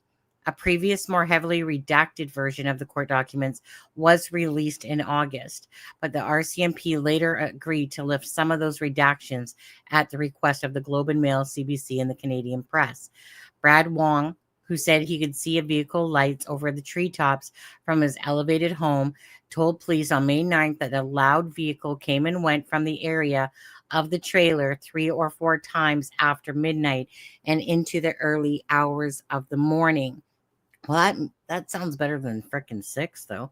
I'll tell you that 3 to 4 makes more sense than say 6, but you know what I mean. So it's like when you only have information that's loosely, right? But how can reporters report on the same information and get different pertinent details? Yeah, but yet it's by the same person, meaning the neighbor, right? So yeah, but they're taking it from the redacted documents. Right. Statement. Well, well, the 3 or 4 times is from the redacted documents. Yeah. Right. Yeah. So 3 or 4 times after midnight and into the early hours of the morning. He reported to police that the vehicle would drive off in the distance and he could hear it stop and then return.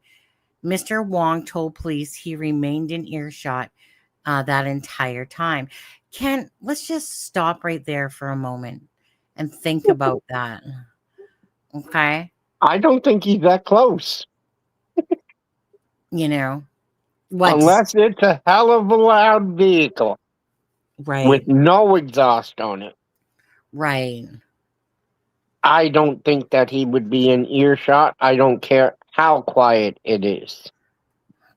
It's just so strange. Like, I mean, I guess you would have to live out there in Booney Land and just stand there listening to a vehicle go by. And I live out in the woods too. Like, I'm only 5 minutes from town, and my road at night, there's not much traffic on it. Well, but if there's a loud car, right. Yes, you can hear it rumbling through the neighborhood. But well, and that's but that's just it, right? So I mean, at the end of the day, though, you have 2 people. 1 sec. Whoops. Diane EA became a YouTube member. Thank you, Diane. Thank you very much for becoming a member with us, and you get the Rickroll to go with that. Thank you. Earshot. Well, earshot is different from an echo. Yeah. Okay. We'll come back to that, though. Okay. So the Globe previously published a story including an account from Mr. Wong claiming he heard the car coming and going 5 or 6 times, but agreed not to identify him because he said he was concerned about speaking publicly about the case. In an interview Friday, Mr. Wong said he came forward to the police and agreed to be identified by the Globe and Mail because of Mr. Martell's account that he was home all night or home all evening on May 1st into May 2nd. Mr. Wong said that's inconsistent with what he heard and saw that night. Mr. Wong lives about 300 meters across the road and up the forested hill from the children's trailer. Well, we measured it at, you measured it at what, 1.1? Well, we'll come back to that, okay? And then measure it again, okay? Yep. Okay. Mr. Martell did not respond, and we'll do it in meters. Well, I think we did it in meters anyway, but we'll see. Mr. Martell did not respond to a request for comment. No. But he did the CBC. Yeah, of course he, right. That's too bad though, but yeah. Reached by phone by the Globe on Friday, Mrs. Brooks Murray. 1 second. I got a yawn. Okay, I'm so sorry about that. Who previously told police she slept through the night, said she didn't hear any vehicles coming and going from the trailer overnight before before her children disappeared. Right. Okay. So Malaya called Lindsay back, but Malaya wouldn't call the CBC back. Daniel wouldn't call Lindsay back, but he called the CBC. This is getting funnier. Right. I know. Are they having coffee with the reporters? Right. Well, like it's like they each have one, eh? I need a drink. Ms. Brooks Murray recently issued a statement to the volunteer missing persons group, Please Bring Me Home, describing how she misses Jack and Lily and asking the public to come forward with information that might help locate them.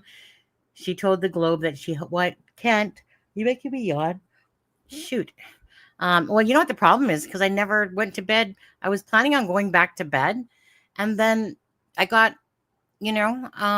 started getting a bunch of text message or messengers messages and stuff like that this morning, and it was just kind of like I was going back and forth, so I forgot that I never went back to sleep. She told the Globe that she hopes that the message resonates. Okay. Another neighbor, Justin Smith, told the police he heard a vehicle in the vicinity around 1:30 a.m. He said he heard a car turn around by the railroad tracks near the area where police found Lily's pink blanket and imprints of a child-sized boot area. Okay. Police later determined those imprints matched the type of boot Lily was wearing when she disappeared. Mr. Smith told police that the car made a noise and then went quiet for about 2 minutes. After that, he said it drove towards Larg Road. Show me where the Storm Log Road is, which is the same direction as the trailer where the children lived. Okay. Yeah, the Larg Road is up on the other side because that's the little bridge where the little bridge is on the Gairloch Road before Daniels. That's the bridge that was closed due to inspection. So to get up and around, you'd have to take the detour up Lairg Road over the other road and back down the Lansdowne Station Road. Mm-hmm. Well, so he said it was near the pink blanket and the boot print. What is? Well, what he said here. He said he heard a car turn around by the railroad tracks near the area. Yeah, well, the railroad tracks run up. Yeah, well, that's the other neighbor. That's Justin. Right. That's Justin that heard that part. But maybe that's when they went and frickin' planted the blanket. Well, that's what I was saying this afternoon. Yeah. We stopped for 2 minutes. I said, you're not going to dig holes to bury bodies, but that could be when you threw the blanket out the window. I obviously wasn't listening to you, buddy. Shit. Well, I said it. Yeah. It's because sometimes when you're reading, like when I'm reading it, I'm not really absorbing it at the time because I'm just trying to read it. Right. And then I always have to go back. But now that I'm reading it again and paying more attention to it now I'm just we were in a rush this afternoon, right? To get that done without going into the other one. So Kent, you're going to have to come to my side on this for a while because because the fact of two people hearing of vehicles regardless in the nighttime, and that's why he came forward, because that Daniel's trying to put it out there that, and Malaya. The blanket don't mean nothing. You bullshit. The blanket does mean something. Listen, when they can tell me the DNA sources on the blanket, then I'll be listening. Other than that, I don't care. Well, so are you under the impression that the blanket grew wings and flew? No, blanket was planted. Thank you. But I want to know if it was planted by one of the three people right that was on the property. Yeah, you're right. You're right. Or if it was an unknown source. Right. Yeah. I would just give you a clue. It's because the three kids. The other thing that we know here, these guys are talking about Daniel's car, and I know it's going to sound like I'm sticking up for Daniel again, and I'm not, people. But we know that Daniel's car was broke down at Earl's because it wouldn't pass inspection. Well. So maybe they were driving one of the other cars that Daniel had in the dooryard working on for other people. Mm-hmm. Well, yeah, it could be. Maybe. Right? Well, I'll tell you something after this live. How's that? Okay?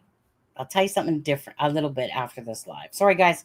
I can't say it on here, but I will tell Kent it after the live. Yeah, I told you a couple things that I can't say on here yet because I ain't got the proof to back them up, and I ain't putting my life in danger. So, I get it, but I still know I still believe I know what you're talking about, though. However, it's just a matter of you saying it, so I can go, yeah, okay. I mean, we're gonna have to play like rock paper scissors or something, eh? Yeah. No, we don't want to add no more misinformation explore. It's stuff that, in my case anyway, I can tell you that I've heard stuff within the 2 weeks. I have no proof or anything to say it's other than hearsay. But I would say that if that's the situation that happened, I'm okay with what Malaya did. Oh, We'll just leave it at that. That'll make you think, because you know what I think anyway. Yeah, I was gonna say we know what you think anyway. So yeah, dun dun dun dun. But it makes me okay with that. Right. Well, I was gonna say, from Ken's perspective, that's why it's good to have different perspectives on these things, right? And it just comes a matter of weighing what you kind of think is more. God damn it! What?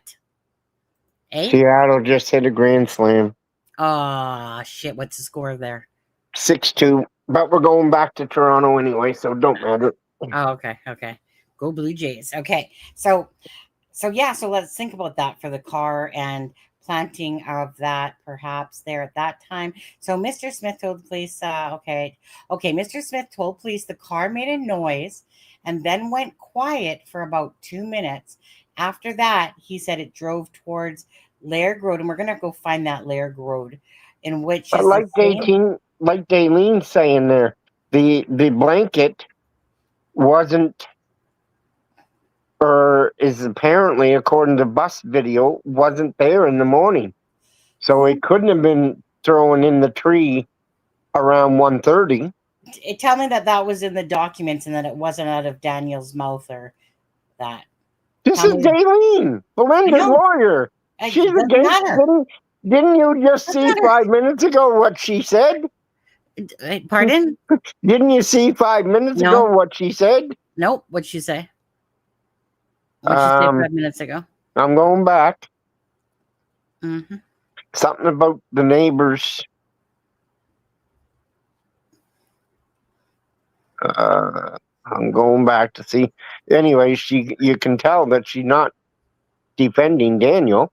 No, it's not about defending Daniel, but I also know that, there's a different, like if it's in the documents that it was documented not by Daniel and stuff like that. So we don't have 100% of the documents. Well, no, that's just it. So how can she say that the blanket wasn't there in the morning on the school bus video? Was it there in the documents, Daleen? She might have got to see the video with being Belinda's lawyer, would she? I don't know. No, she wouldn't be able to see that. That has nothing to do with Meadows' case or Jack and Lily's case that way. No. Well, I mean, Daleen's here. She could speak for herself, I suppose. Go ahead. So, Daleen, could you just clarify that, please? Because I don't want that out there, or saying it unless it's, fact. Thumper. Occam's razor, guys. That's what I say, JM. Occam's razor. Yeah. So Occam's, it's not very easy to unalive two children. So you can't say that the easiest scenario is the likeliest scenario, therefore the kids were unalive, because that's not an easy scenario. She says it is inferred in the documents. Well, I'll be checking those documents back out myself, because I'll have to read it from my own eyes to see what it's saying. Unless you got a clipping from it, Daleen, to send me in Messenger, then I could just pull it up. If you have by chance. Okay, another one that doesn't want to do their own homework. Who, sorry. Me? No, nothing. Are you talking about me? No. Oh, proof. This Thumper? This one? What? You're talking about what are you referring to when you said that? Thumper's comment, or was it something totally different? You said another person that doesn't. No, you didn't hear me what I said, so. I don't care about what Daniel said. It's not what Daniel said. I said another curator not willing to do their own homework. No. I'm talking about Daleen. She says, see the redaction. Daniel confirmed it on an interview. I don't give two shits about what Daniel says at all. Proof or not, and share your thoughts with your people. I'm sorry, Thumper. No, I'm not. If I get anything to back it up that I can show to anybody, it would be going to the RCMP, and then I'd be going and running the other way. Okay, hold on, you guys. Let's finish reading this document here. Where are we? This one. Okay. Where was I? Okay, the documents still contain significant redactions, including, maybe we'll get more and more and more, including details that the police still say they must be withheld or risk compromising. Because you guys, do you remember on the documents there was different verbiage? Daleen will know what I'm talking about. There was different verbiage on there about something like waiting for, or what's the word that was used on the documents? I guess I could go freaking look. But there was, like certain parts of it had personal information. And then another one would say basically like almost like it was still waiting, but it didn't say that, but something like that, right? There was different reasonings why certain pieces were redacted, Yeah. But I can't think of the verbiage that was used. No, I can't either. Yeah. Let's see here. But anyways, you guys get what I'm saying, right? It was like basically still waiting, whatever it was. Okay. So the court documents contain such as specific questions asked on polygraph test records.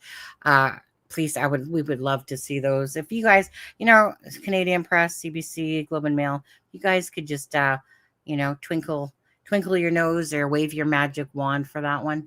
Would be interesting to see the full questions for sure. Did you notice somebody pointed out to me on the documents in one of the chats the last couple of days? Did you notice on the end of Malaya's and the end of Daniel's, when they're making the statement about telling the truth to the questions, that they're different? Not that the questions are different, but Daniel has an extra line included in there that is redacted. Mm-hmm. Yeah. Daleen actually pointed that out a while back. Okay. Yeah. His is longer. Yeah. Okay, 1 second. Let's see. There's a decibel right there if people want to listen to it. The document detail efforts to track Mr. Martell and Miss Murray Brooks' digital footprints in the days before and after the kids went missing. Oh, they made a typo there. After it says, wait, after the kids went missing. Yeah, went. So it just said went. Such as scanning their phones, images, GPS coordinates. That includes attempts to corroborate mother's story about calls she made in the hours after their disappearance. A probe complicated by the fact that she later deleted the Text Plus app on her phone, telling police she didn't need it anymore. Doing so erased the data from her phone. So that erased the data. Were they not? I thought they were able to retrieve it. No? It erases it from the phone. Remember they said they had to order a search warrant? Yeah. To get the provider to. Mm-hmm. Where's my phone? So it says the newly unredacted documents also reveal. What the fuck? Charmaine's just texting me here. Okay, let me just read this part. Actually, can't talk about something for a second. I want to check this out. What door are you going to put your wrench in, Lobster? Do they actually have a video of the blanket through the bus camp? No, that's what they're saying, little mama. Is that it doesn't appear in the video, and the bus turns up that road to go to Ron's and turns around in Ron's driveway, according to Daniel, right?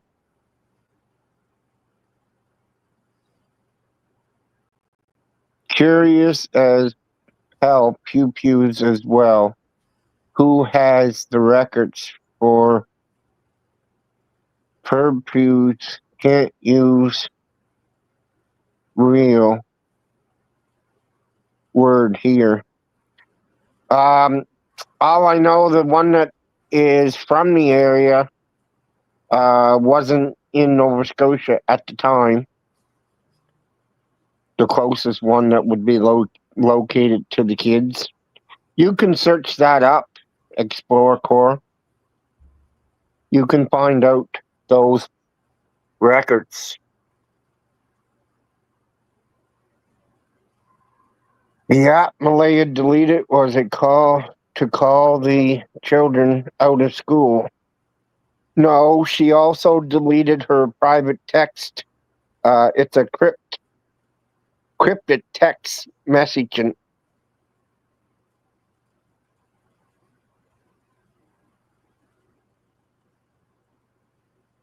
What did Contra say? Explorer Malaya's dad and brother. Don't know what you're talking about, dad and brother.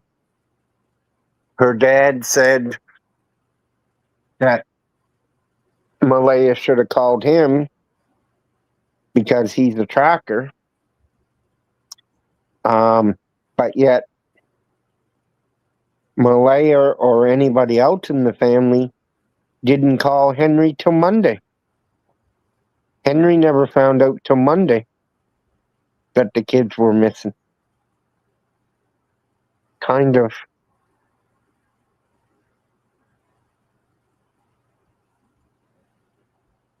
No, root strength. It wasn't the WhatsApp ad. It was it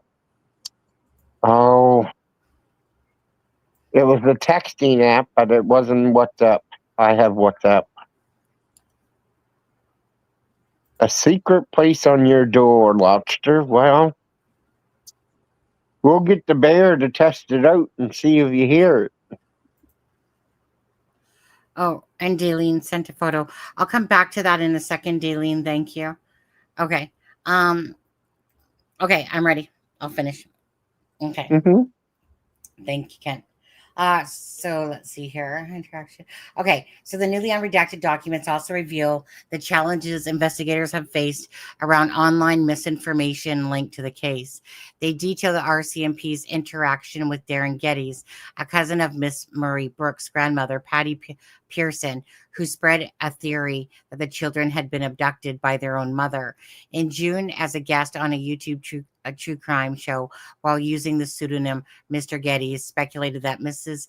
Murray Brooks had dressed the kids on the morning they disappeared and put them in a vehicle with the intention of sending them to the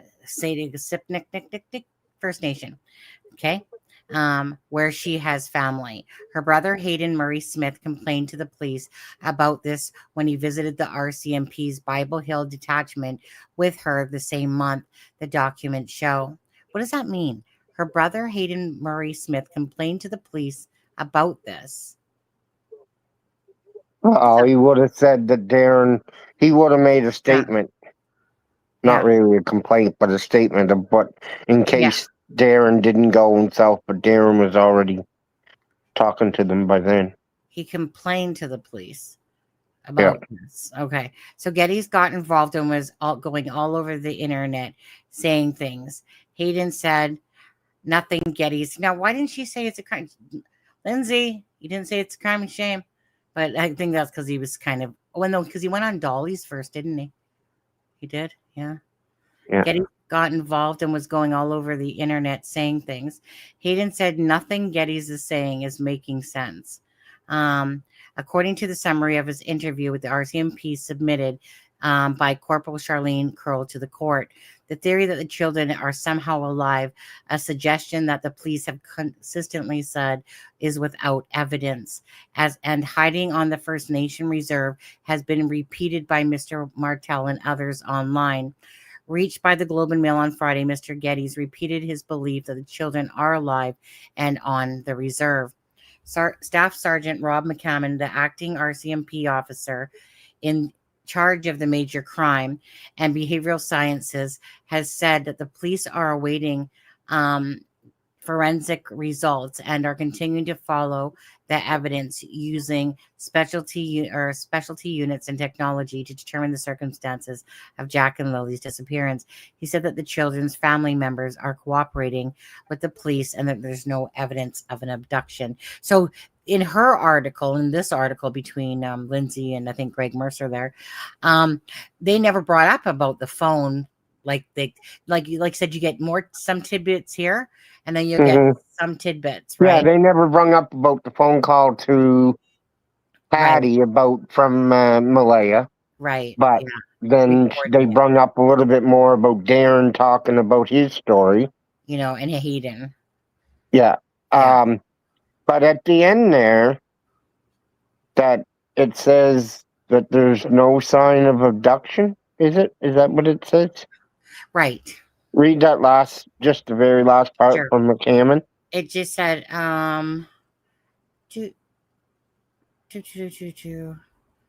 okay, it said, he said the children's family members are cooperating with the police and there is no evidence of an abduction. Yeah. That statement holds true. There's no signs. Yeah. Yep. Okay, so thank you for that. Let's see here. Now, Kent, where'd you go? See, Kent said that statement's true and then instantly popped out. Okay. Daleen sent me those redactions showing the review footage of May 2nd. Okay. 1 sec, Kent. Popcorn.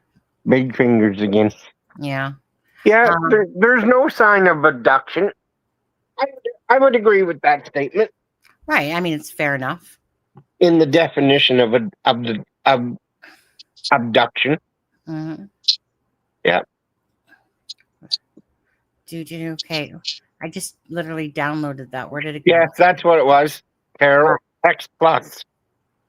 Huh? The app that Malaya had that she deleted was Text Plus. That's what it was. Right.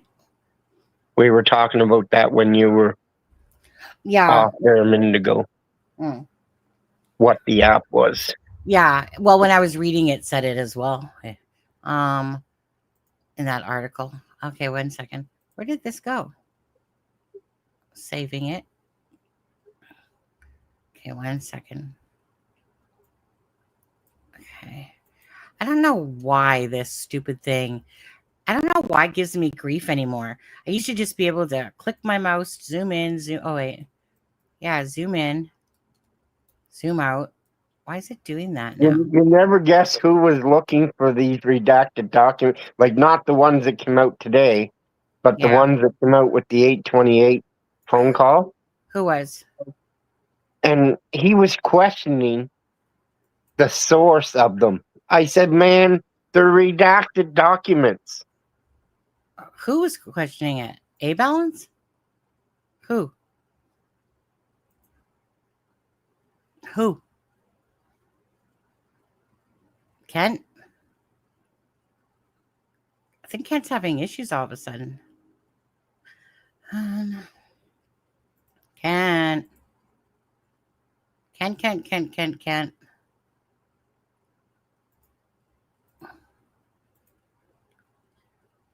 I just don't understand why this thing wants to. Like, normally, before I see it, I never had an issue with this ever. Like, normally I just kind of click on my mouse in the middle and zoom in, zoom out. And I don't know what the heck is going on now with this thing. Like, seriously. This is stupid. Come on. Wait. But no, see, it was like, this is like, yeah, come on. Squeeze the sucker down. Come on. Like, how hard, like, I don't know why, but it's been like this for weeks now. And this is after, rebooting multiple times, but I could just usually use my mouse and just go in and out really easy. Why is it not? And then when you touch this, there's Kent. Oh my God. I'm going to lose my shit in a second. I can't. How come you boot me out? I didn't boot you out. You booted yourself. Well, I never did nothing. This time the phone was sitting on the stand. Somebody doesn't like you. You went to go. Oh, Ken. Ooh, bad feedback, dude. Yeah, just hold on. There you go. Okay. So who? A-Balance? Yeah, he was wanting to know where those documents came from, like with the 828 time frame and all that in it. And I said, they're unredacted documents from the RCMP, man. If you need to know the source. I said, go look at Sunny's video. She had them a couple of weeks ago. Yeah, right, exactly. Who had them? Sunny. Sunny had them. Not that they were a gem, but I always like to look at documents. I just like to see them in that form, right? Yeah. Okay. So let's see here. So Daleen sent me this. So it says, so let's see, on May 20th. Okay, let's just start from the top.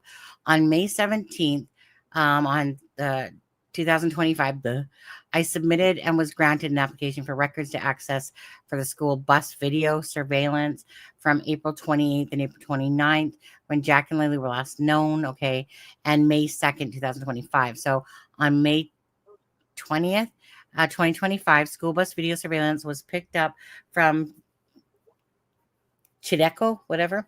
Chinecto. Okay. Region, we'll call it CCRCE.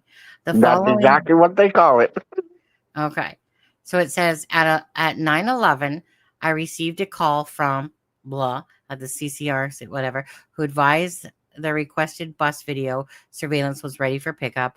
I called McIntyre and asked him to pick up the video surveillance up at 3:43 p.m. CST. McIntyre provided me with a USB with the video surveillance. Okay. I guess I got to go back to where I got this picture. Where am I? My God, I'm losing my mind cells. Bills to pay. Hi, Linda. £10, you're awesome. Thank you, Linda. UK over there, eh? That's where you're from, obviously. My husband's from Nuneaton. That's so cute, though. If you look at her avatar, I have 2 cats, and Linda. Okay, so I have Bambi and Montana. That one looks exactly like Montana, like a fluffy cat with the tuxedo look. Oh my god, so cute. Like that cat literally looks like Montana, our cat on there. Yeah. Lobby, I think that this one suits you perfectly for your name and then the super sticker that shows up in red on 279. Thank you, Lobster. Appreciate that. And thank you to Linda as well. Back and forth. Thank you, Lobster. Thank you, Linda. Thank you, Lobster. No, thank you guys so much for that. And sorry, I'm just losing all my brain cells at once here. Okay, so where were we at? Okay, so you're supposed to scroll back some. Right here, right.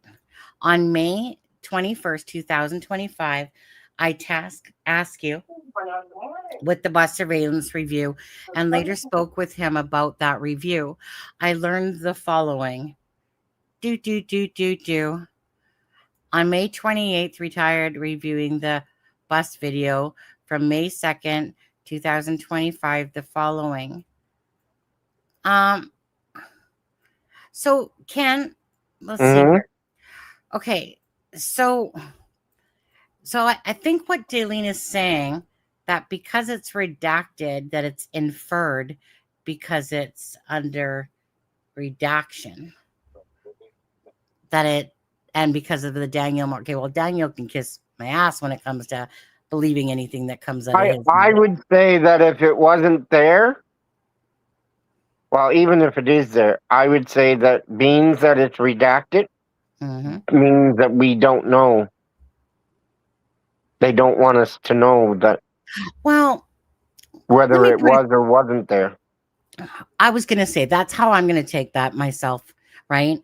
So I don't think it was inferred either way myself, just by looking at that, because again, let's just think about this too. We have to think about that in different ways. We're hearing about a vehicle at nighttime during the night, right? One that's over near where the blanket area is. It's very possible this blanket was planted at nighttime.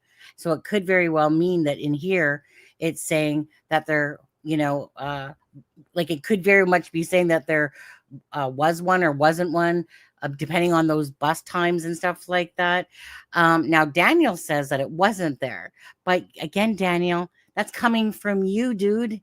Right? Like I'm going to believe you about the blanket. But I also think not just Daniel, but I think there would have been enough traffic if that would have been hanging there during the day. Yeah.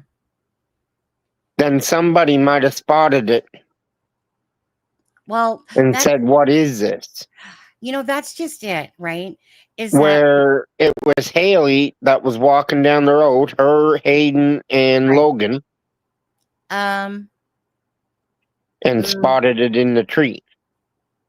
It was Haley, Hayden, Logan was right behind them. I was gonna say right behind them, but it was Hayden and Hayden and Haley that actually found it first.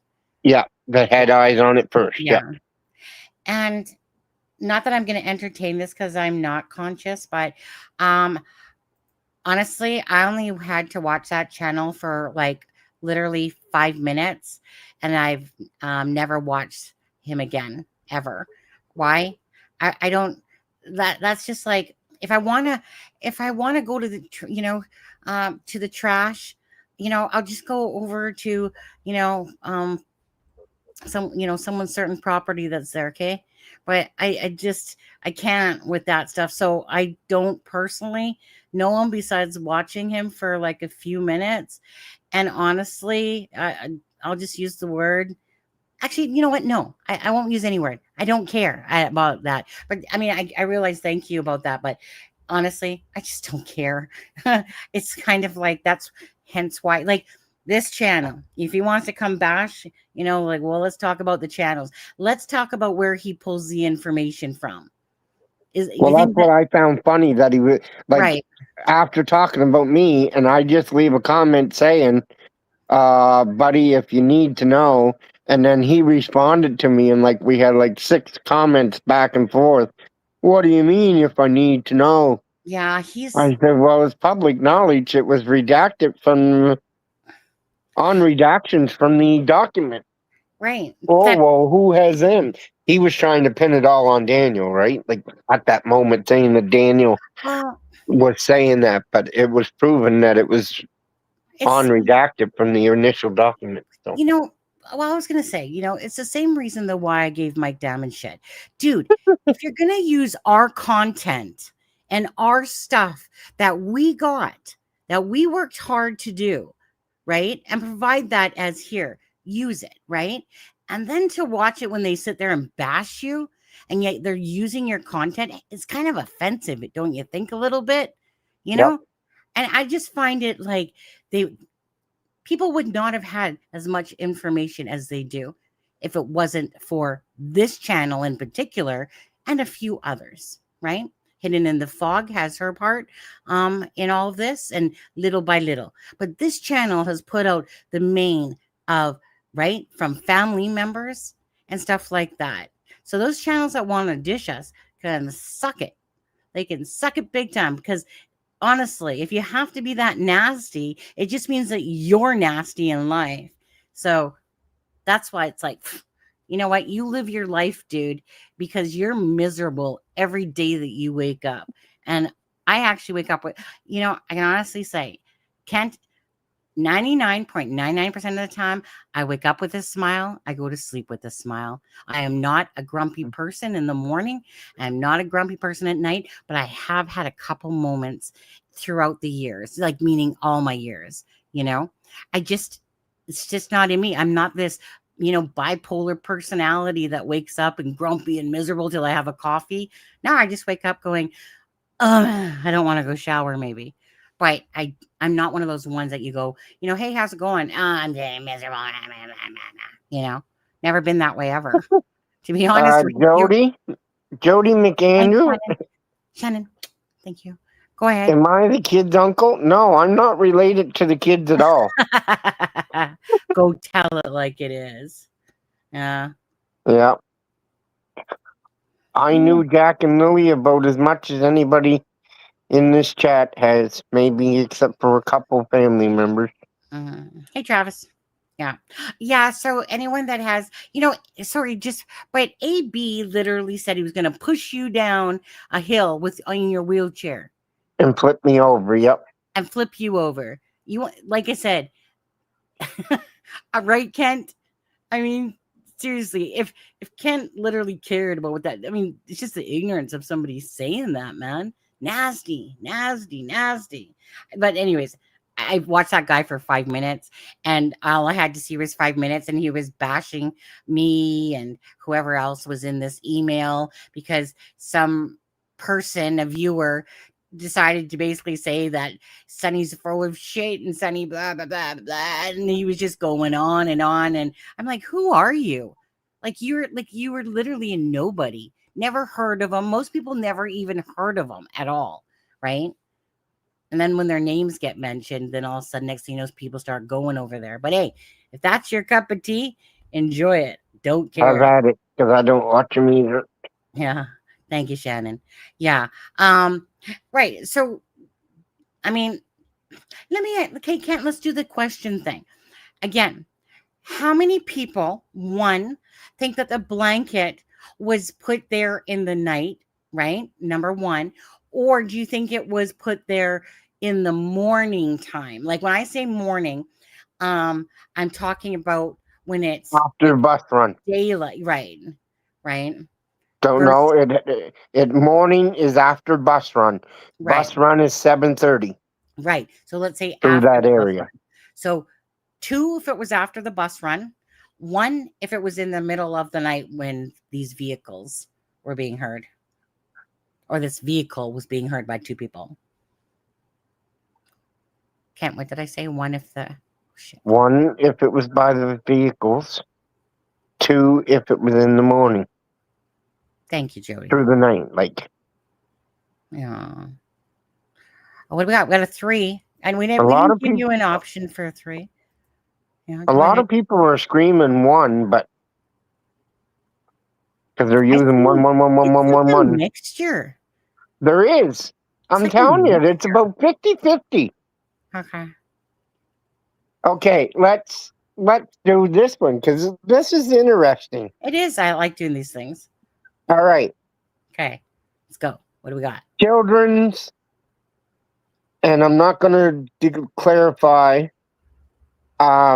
disappearance or nefarious behavior. It can be either. Option number 1, Malaya by herself. Option number 2, Daniel by himself. Option number 3, Daniel and Malaya together. Or number 4, everyone on the property. Mm-hmm. So we'll repeat that. Yeah. Question Go on, was Jody. Thank you. whether it's nefarious or taking the kids off the property. But question number 1, Malaya by herself. 2, Daniel by himself. 3, Daniel and Malaya both know.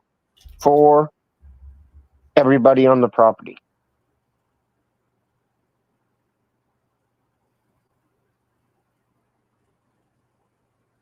Well, there's a couple of people there that think Malaya by herself. I don't know about that, but 4's 2. Explore Court just screaming 4.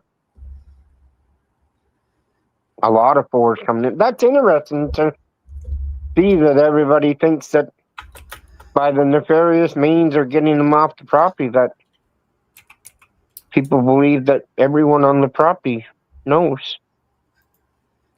Is that the consensus? Yeah, there was more 4's than anything. There was more 1's than what I thought there would be. You guys surprised me.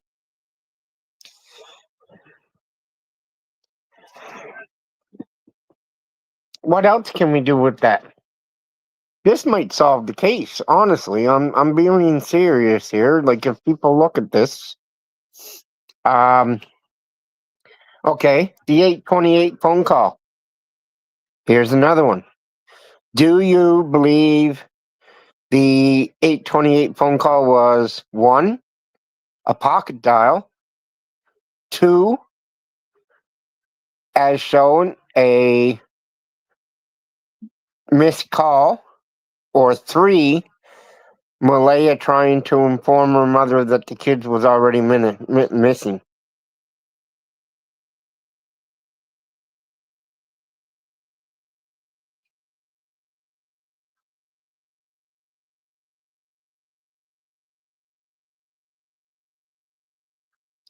So a lot of you were saying that you believe that Malaya at 828 was calling Cindy. Okay, being that's what the majority is saying, what do you say when I tell you that she only called once? Why did she not continue trying to call if you were calling something about that important?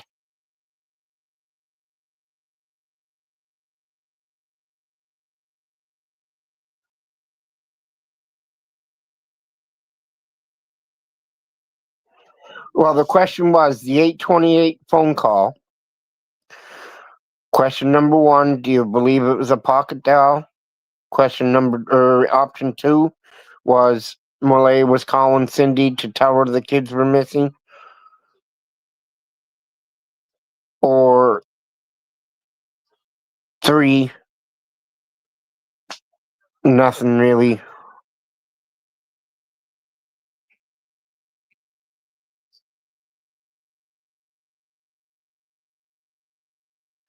Okay, Jody McAndrew.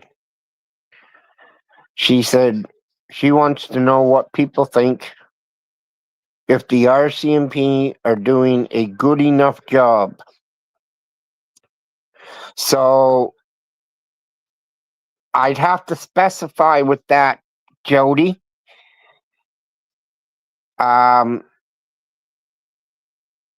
Is it quick enough? Are we getting results quick enough? I think that's probably what you're thinking about, because we don't really know, and we won't really know how good of a job they're doing until the case is closed. So I think she might be referring to the fact that are the RCMP...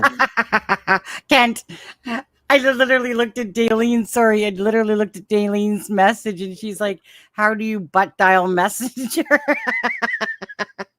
And that only because I was busy and wasn't listening.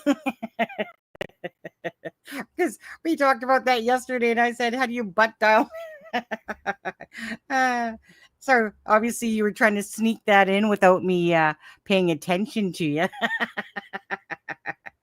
Because, right? I mean, honestly, when you think about what you would have to do to butt dial on Messenger, like, you know what I mean? On a Well, it all phone, depends. Your app could be open. yeah, Like, but still, right? Because I mean, I could see it on a there's more phone, steps to it than just butt like dialing from. But if you yeah. have your messenger on, Okay, well, why don't RCMP are doing a lousy job and not doing enough, not being consistent. But that's what I mean. Do you think? All right, let me ask you this about the RCMP. Do you think that they're not being quick enough, or do you think that they're not employing enough resources? Because I think it would be quick, but because we want all information as soon as possible, and that's what we're not getting. yeah. Kent, you sound sleepy. No, Oh, okay. Because I just you was. were the one that yawning. I know. Don't say that to me. Okay, yawns are contagious. Even that you're saying that now, you're literally making me yawn. Like seriously, it's contagious, man. Yeah. Yeah.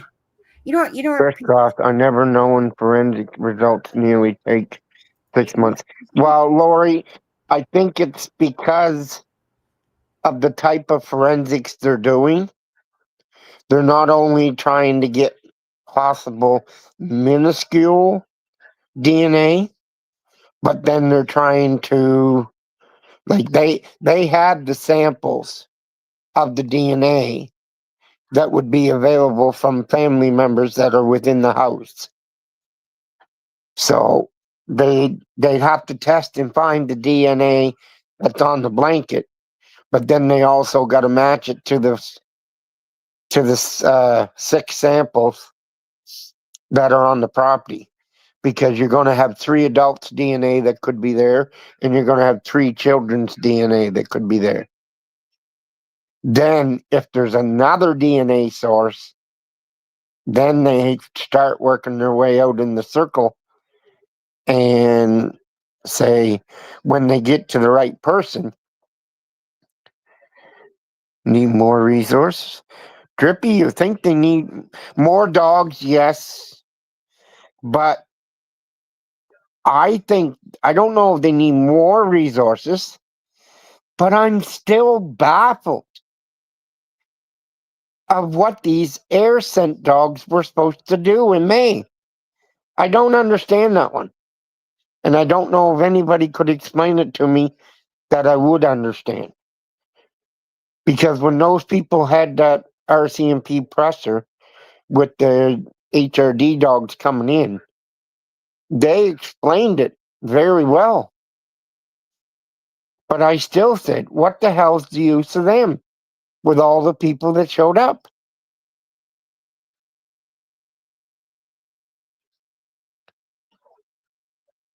To me, they should have took a dog in there, give them the scent of Jack and Lily, and start tracking. That's the way that I thought it worked. But I guess we don't always, or stuff doesn't happen the way we always see it in the movies. Right? Like one of my best TV shows is Hudson and Rex. And if we would have had Rex here, Rex would have found them. For sure.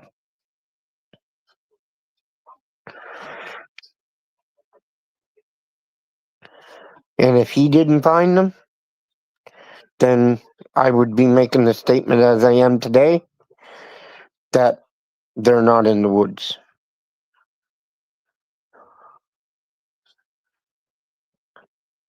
American justice rule out a stranger abduction. Half the family showing up on this property were strangers to the property. You're not blocked.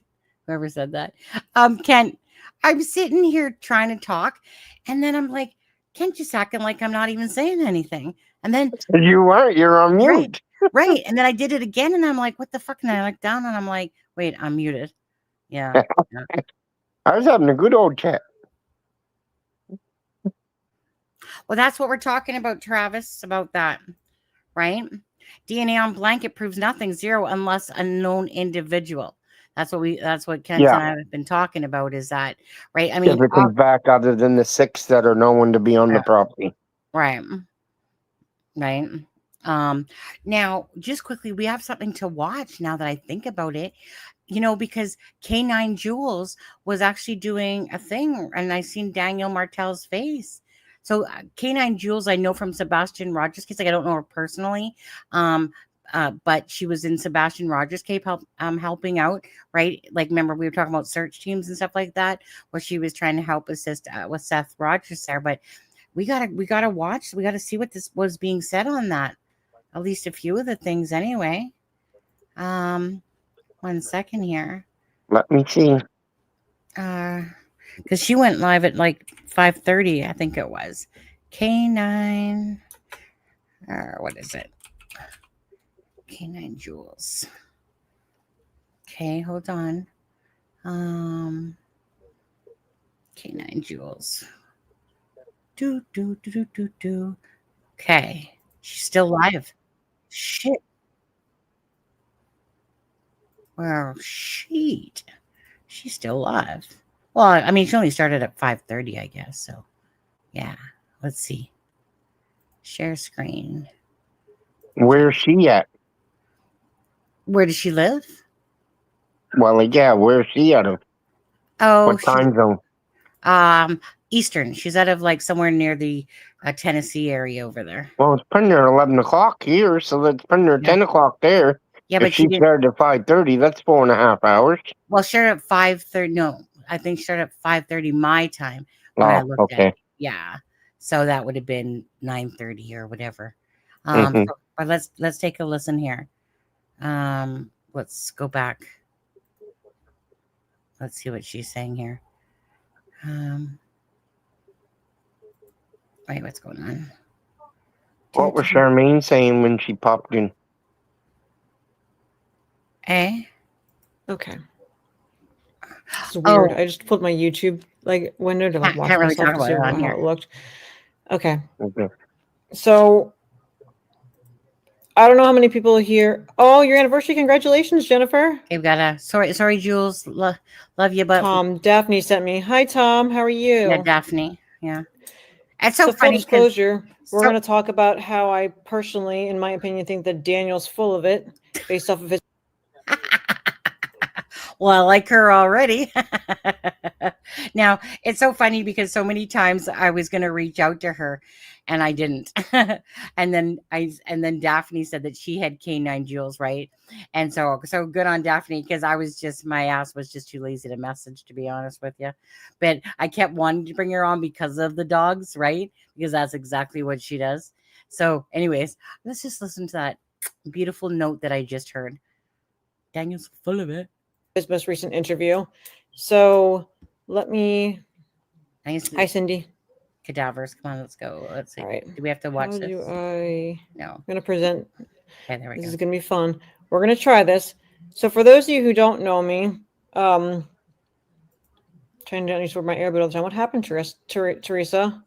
Whoops, 1 second. 17 years. Wow. Congratulations. Well, thanks for being here on your anniversary. For those of you who don't know me, my name is Jules. I'm a canine handler at the federal level. I'm in the United States Army still. Right now it's fun with the government shutdown, but I'm still actively working. I have 6 canines currently, and I do everything from explosives canine work to narcotics canine work to tracking to cadaver work, which is where I've been doing a lot of work recently. Oh, Teresa, I'm so sorry. I'm praying for your recovery, honey. I've never broken a bone before, but that's 3 bones. That's horrible. I hope that you're like on the mend and you're like almost out of it. I've been doing a lot of work with my cadaver dog, Ara, in particular. So she's been doing a lot of stuff. Let me see if I can pull this up. I'm going to show you. So this is the most recent thing we've been working on. So this is Ara was one of the 2 canines who was in the Cherry Mahan case. Cherry's been missing for 40 years. And this Crime Junkie, if you want to find out more about her story, you can go and subscribe to that channel, the full podcast about it. But Ara was one of 2 canines that actually went out about a month ago. And her and another canine named Jack actually had an indication. And we think that we may possibly have a location to where Cherry could possibly be after 40 years' time. So she went missing when she was 8 years old. Bus dropped her off at the end of her driveway.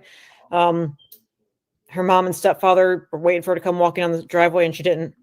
So there's been a lot of theories and speculation as to who took her. But I mean, that was a good day that we may have potentially found something. Oh, Daphne's here. Sweet. Okay. Do you want to come up now? Let me see. If you want to come up now, we can have you come up now. You have to tell me how to like find you though once you come up. So that was Cherry Mahan's case. Exact date for arrival. So, and people have asked, why haven't cadaver dogs come up until this point in time? Well, for starters, yes, it actually was. I was looking this up. It actually was because, limited resources and limited cadaver dogs actually out there in Canada. That was the first thing to start. And second, and I know this is, people get really triggered by this. So I'm going to start off by saying this. I'm not a search and rescue canine handler. I work on the law enforcement side of things. So my cadaver dog work is a bit different from search and rescue people. Hey, Shenanigans. Daphne, thank you for sending your people here. Cassie, I think I said hi to you, but if I didn't, hello again. So I do things a bit differently than search and rescue. And another thing people get really triggered by apparently is when I have books, because apparently, reading from books and getting smarter in my field is like a weird thing. So whatever. Mods, if any trolls come in here bringing up any weird stuff, just time them out. So it's not that weird about the cadaver dog thing, not telling them when they're coming in. We don't tell people. We have to give them notice that we're bringing the dogs into the property just because it's not considered a criminal case, but it's still a missing person investigation. Any type of investigation, you have to give, you have to let them know what's going on. So it's not that weird that he didn't get the exact date. He got notice they were going to be there, but one main reason to not have Finding Solace, one main reason to not give off the exact date and time is because you don't want somebody, regardless of whether they claim to have passed a polygraph test or not, to potentially move something. But I'll get into, somebody asked me, what if the body was one place and it moved? Can the cadaver dog still find it? Yes, and I'm going to explain that. So it was even a surprise to me, but at the end of the day, everything's ruled out there, and I hope this is speculation, turns elsewhere. 2 dogs trained to detect human remains were brought in from British Columbia the week of September 22nd. They spent about 3 days searching a total of 40 kilometers for evidence of the 2 missing children. That's a lot of property for 2 canines to cover in 3 days, just so you know. That's a lot of property. They didn't locate any human remains or anything associated to this file or any open files. There was no Staff Sergeant Rob McCammon is the officer in charge of major crime and behavioral sciences in Nova Scotia. He says the dogs scoured the Lansdowne property where the siblings lived. They also sniffed the woods where a pink blanket was previously found and a nearby pipeline and intersecting trails. He wouldn't confirm whether people were questioned during the latest search, but Martell tells CBC one of the RCMP dog handlers had tough questions for him.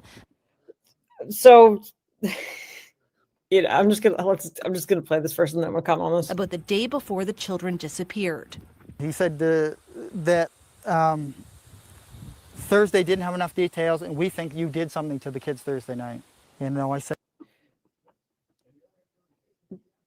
Daphne, I'm going to add you in just a quick second. I'm going to call. Okay. I'm going to call. Let me rewind this real quick. Play that again. Let me see. I'm going to add you to stage now, Daphne. Let me see. How do I add you? You have. Okay, you got it? Yay, I got it. Yay. Yeah, that's like me. Hopefully my phone doesn't. I was like, how do I do this? How do I add you? Okay. Oh my gosh. We're great. We're going to play this again. So, I know. It's so funny. Thursday didn't have enough details, and and we think you did something to the kids. Well, let me work it. Yeah, if you go in the studio and go to like whatever comments, it shows you the stuff. Chat's like, these two are funny. All right. Sorry, I rewound just to play this part again, just because I have to comment on this. And shenanigans. Go ahead. Was interesting. Handlers had tough questions for him about the day before the children disappeared. He said that Thursday didn't have enough details, and we think you did something to the kids Thursday night. I said to him that Thursday was just an ordinary day. I'm sorry, and I know we've talked about this, Daphne, but I really just never in all my years of doing any type of searches have I ever gone up to somebody that I had suspected of something and just said that. I don't know if he's just trying to discredit them. Cassie, please be safe and be careful going outside. I don't know if he's just trying to discredit the handlers or what he's trying to do here, but I cannot see a handler in a high profile case of this, especially just saying that. And I just can't. I'm sorry. This is why my title is, I think he's full of it, because I don't see that happening. I really don't. Well, I agree with you. I think he's full of it. But I heard like people that actually know how the RCMP work. They said that sometimes they do that, but I don't know. I don't know. You know what I mean? That's just, like, I don't know. I mean, he was like acting all excited the cadaver dogs were coming in, and then now he's just like all of a sudden just like flip a switch. And like in his last interview, which I have, where he was talking about like, oh, we didn't kill all the kids, or we didn't kill he changes his language up too, and he's just like, but yeah, let me keep playing this. Oh my gosh. Until I woke up on Friday morning. Migraine from this. And that's when like life changed. Martell says the cadaver dog searched inside his trailer and police even looked under his deck. McCammon says his team is prepared to keep working on this case until it's solved. This is not something that we stop working on. We've got 2 young children, Lily and Jack, who've gone missing from their home, and it is a Missing Persons Act investigation still at this time. But we need to find answers to that. There's a lot of legitimate public concerns about how 2 children go missing and we can't find them. So we're going to continue until we have answers. I'm also curious. I've read a couple articles, or not articles, online, I guess there are articles online of him talking about how the dogs ran from end to end of the house. I'm curious to know if he was actually in the house when they were searching, because I know I mentioned this before. Chris Watts was standing outside the house when the cadaver dogs went inside to do the searches. So I have no idea if he was actually inside the house or not. I haven't been able to verify that, but he's making it sound like he was. Yeah, I think he was by the way he said it, because he says that they both were in the house at the same time. So how would he know what they were doing in there if he wasn't in there, right? Yeah, and I think it's also weird he mentions both dogs going at the same time for that small of an area, because the dogs are going to be walking over each other, so maybe they went in one at a time. That's how I would have done it. I wouldn't put both dogs in that small trailer. It's too small. That's why in the search for Cherry, the other handler and I started on like opposite sides of this field, and we were in a field searching. So yeah, Teresa, if we could take a shot of alcohol for every lie we caught Daniel, and we'd all have alcohol poisoning. You're not wrong. Yeah. All right. And you're right. Like they would be walking all over each other. Maybe he meant one dog went into the trailer and one dog went into the RV. I don't know. I don't know. But then I'm sorry. But he's full of it. Let me finish. Right. He says bringing dogs back to these woods again could be a possibility if new information suggests they missed something. Angela McIver, CBC News, Lansdowne. So they remove this one from the studio. So yes, that is the thing. I have his interview actually. I like saved like all these, like I haven't been live in a long time, so I apologize, but like I'm just like, how do I do this stuff again? Oh, I know, it's so confusing at first. It's so confusing for me. Like I'm way up there talking to myself. They're like, no sound, no sound. I'm like, I know, I can't hear myself. So I'm just like, because if I put the YouTube on, it like echoes. So like I hear you, but like me, I'm just like, how do I sound? I hope you Kelsey's put music okay. on in the background. See, I talk to myself all the time, so it's like it's no problem. You know what I mean? Like if I'm up there talking to myself or the dog. You know. Before the stream ends, I'll grab Gator and bring him up to say hi to everybody. Aww. Yeah, I'm a Gates. He's a good boy. Now, what he was saying about so I don't believe personally like you need to have new information for the dogs to come out again. I think that again, we talked about this. There's a lot that goes into a good dog missing something. For example, that's why we had 2 dogs looking for Cherry, R and Jack, because Jack is newer at cadaver work. R has done this for a couple of years at this point. So Jack could pick up on something like with this, like there's new training that's come out for cadaver dogs and new certification requirements. So he could have done something new in his training that made him, you know, like, oh, I can find something like an Ara, but Ara has done historical training. So she's worked with historical graves before, which is why when people say, what if they're buried in a cemetery? The cadaver dog is going to go to the freshest grave. And like I said to you in your live stream, by the way, if you're not subscribed to Daphne, please go subscribe to her. If you want to post your link or I can do it. I got it. Yeah, I think if I remember how to do it. Thank you. Hey, I get a question, and I meant to say this too, because Justin was saying, well, the ground is still frozen there, and I agree with that. But if he's got family that is able to dig, like, and I'm not saying he did this or anything, but there's family that has equipment that can dig this, and I know the equipment is loud, so it could have been done maybe during the day, the day before or something, or maybe there was already an area where I don't know, you know what I mean? Like I understand the ground was still frozen and stuff, so. Because here in Pennsylvania, which is not nearly as cold as Nova Scotia, there's a certain point in time where, like for cemeteries and for funerals, they usually that's always hard because usually they'll dig up, like you said, the day before, or they'll most of the time it's cremations, or they'll try to push cremations, and like, you know, this is where they start selling vaults and stuff like that. But Tom said, at least when you're talking to yourself, you're having an intelligent conversation. True.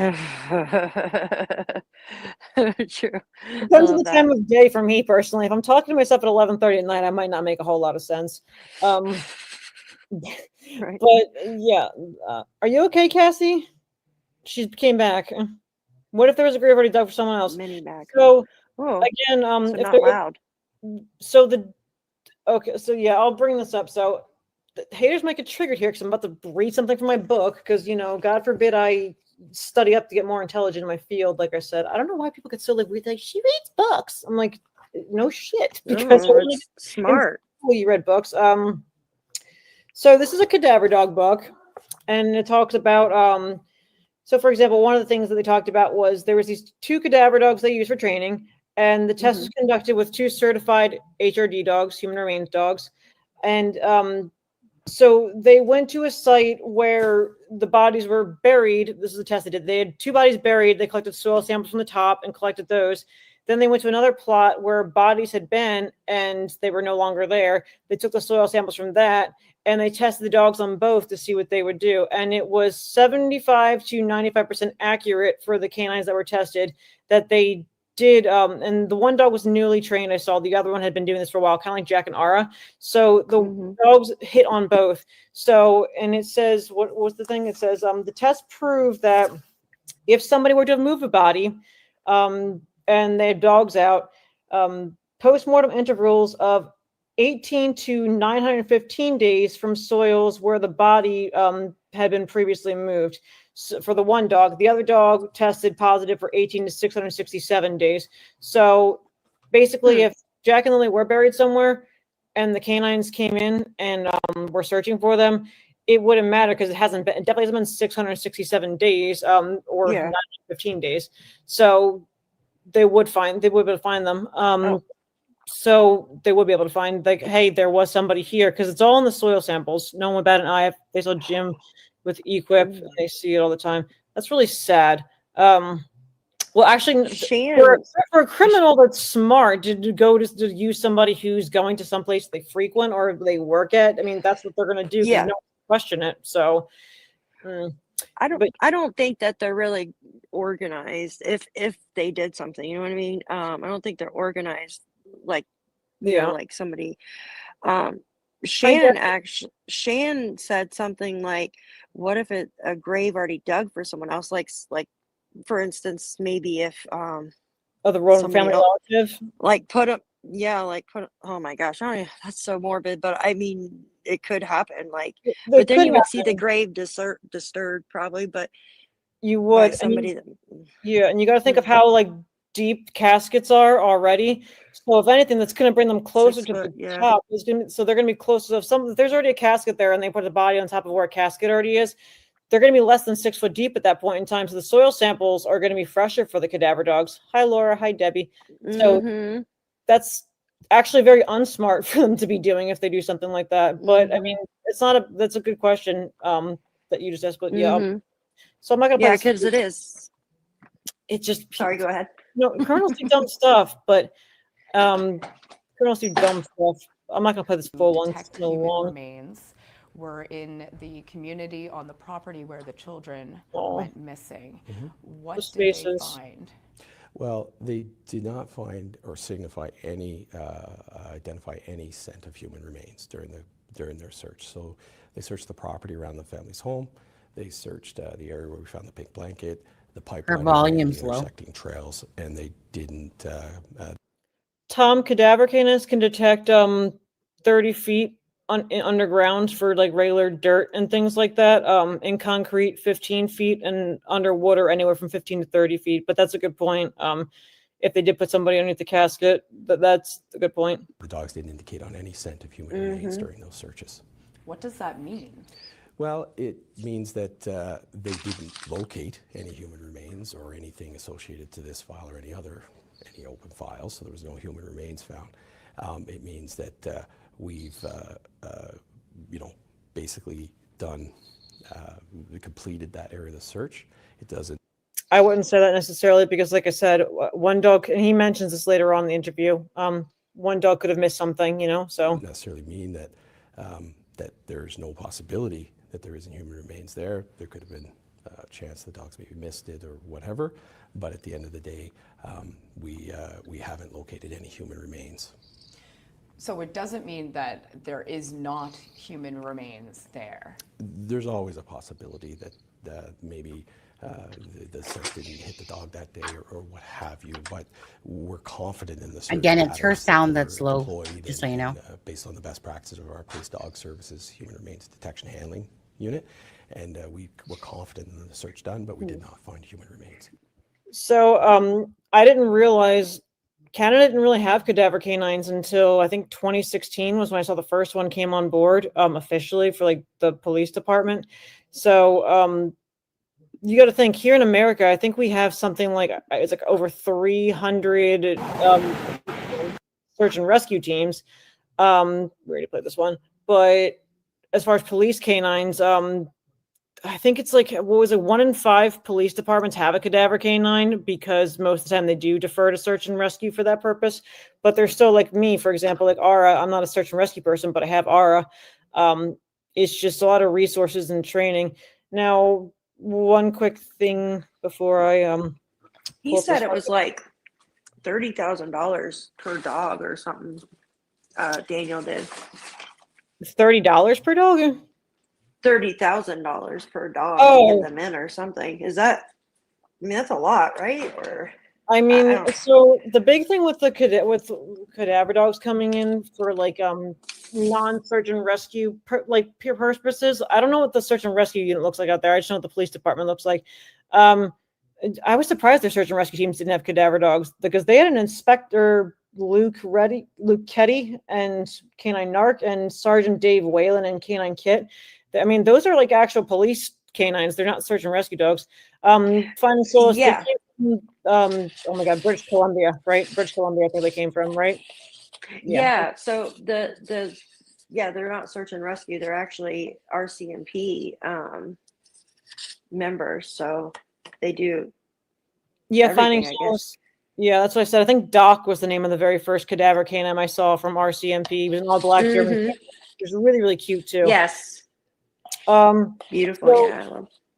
they were talking about they're gonna talk about the sniffer dogs in this video. And so I looked this up because I wanted to see, because people were talking about the scent trail going in the driveway and ending and whatnot. So to pass the RCMP canine tracking dog course, this is for level 1 tracking dogs. This is what they have to do. When they're actually tested, the track they lay out is 45 minutes old.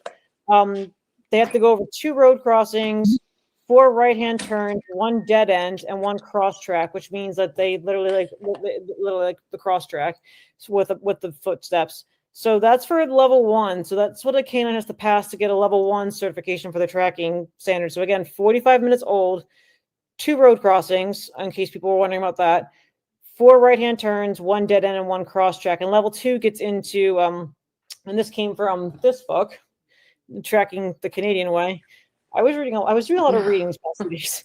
I'm a nerd. No, it's good for you to read like that. Yeah. You need to read more. I did see the shenanigans, the cadaver dog with the 1 officer's on, I don't know if it was sick leave or paternity leave. I wasn't sure. I saw they were on leave for a while, and I was just like, of all the things to happen during this. Yeah. So for a level 2 tracking standard, that's when the dogs, they'll be tested next to power lines. They'll have distractors like a fire hydrant and like all this stuff. They'll have like another dog intentionally come and mark on a tree to see if they can throw the tracking dog off. Now, tracking canines are the ones that are referred to as footstep trackers. So this is why, and in Sebastian's case, I've said this from the get-go, especially when you have a missing person, the very first thing you have to do is shut down that scene. Shut it, report it immediately and shut it down. And that's because a tracking canine is going off of the footsteps, off of the tracks for that a person let's say they climbed, I know they didn't, but let's say they climb out a window and then just take off. If you have a bunch of inspectors and people running around and doing that stuff, you're messing up the track. That's why they do a cross track for the certification. So if someone jumps at the window, but you got some, brand new rookie cop getting all excited, running around the house, putting crime scene tape everywhere, running over the track, that's why they do a cross track. So you have to shut that scene down and get the dog in there right away, because that's your window that you have. Yeah, I don't understand why they would let anybody in that area to help or anything the first or second day, right? Yeah, the dog should have been there within the first hour. A canine should have been there for tracking. I think they were there late afternoon, I think, I wonder if that's because it took them a bit to get there, because geographically, I wonder if that's the reason why it took so long to get them there. I imagine so, because I brought 2 books on the bloodhound breed before I got a first one, Knowledge is Everything. Thank you, Cassie, for understanding that I read to learn, because some people she reads books on her live stream. I'm like, hey, people want to know where you get information. People either want to know where you get your information when they get mad when you present it or whatever. So I've reached the point where I no longer care anymore. So well, hey, you never know if the internet will go down, so you'll have all that knowledge right there. Oh my God, I have books for days. I'll never get bored. If you want to learn about dogs, come over and read them downstairs. But yeah.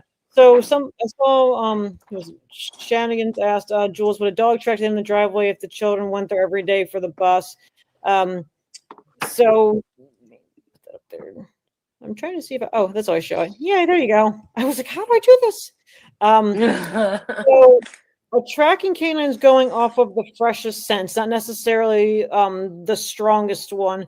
So yes, they went to the bus every single day, so they're walking back and forth in the driveway every single day. However, if that wasn't the freshest scent, that's not the one that they're going to follow. So I don't know how many canines did track to the end of the driveway. I think it was just one that I saw. It was just it was just the one. That's what I heard anyways. And also the last time they went to the bus was Wednesday, right? So was Tuesday. Was Tuesday, because Wednesday they had school day, I think. Was it Wednesday or Thursday? And then Thursday she kept him out for a cough, or Lily out for a cough, but they ended up going run around all over the place that day, supposedly. You know what I mean? One thing I did learn, because I was curious about that, about her being sick. I looked this up, and this is my cadaver document to verify it. Health of a victim can affect the decomposition rate of a person. And it says that fever or internal infection possibly could accelerate decomposition due to your higher body temperature.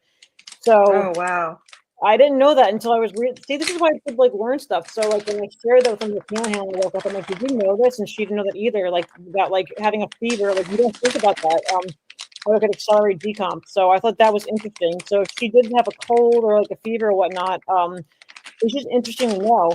So I hate that would make decomp quicker. Yeah. I hate speaking in scientific terms like that, but that's what it is.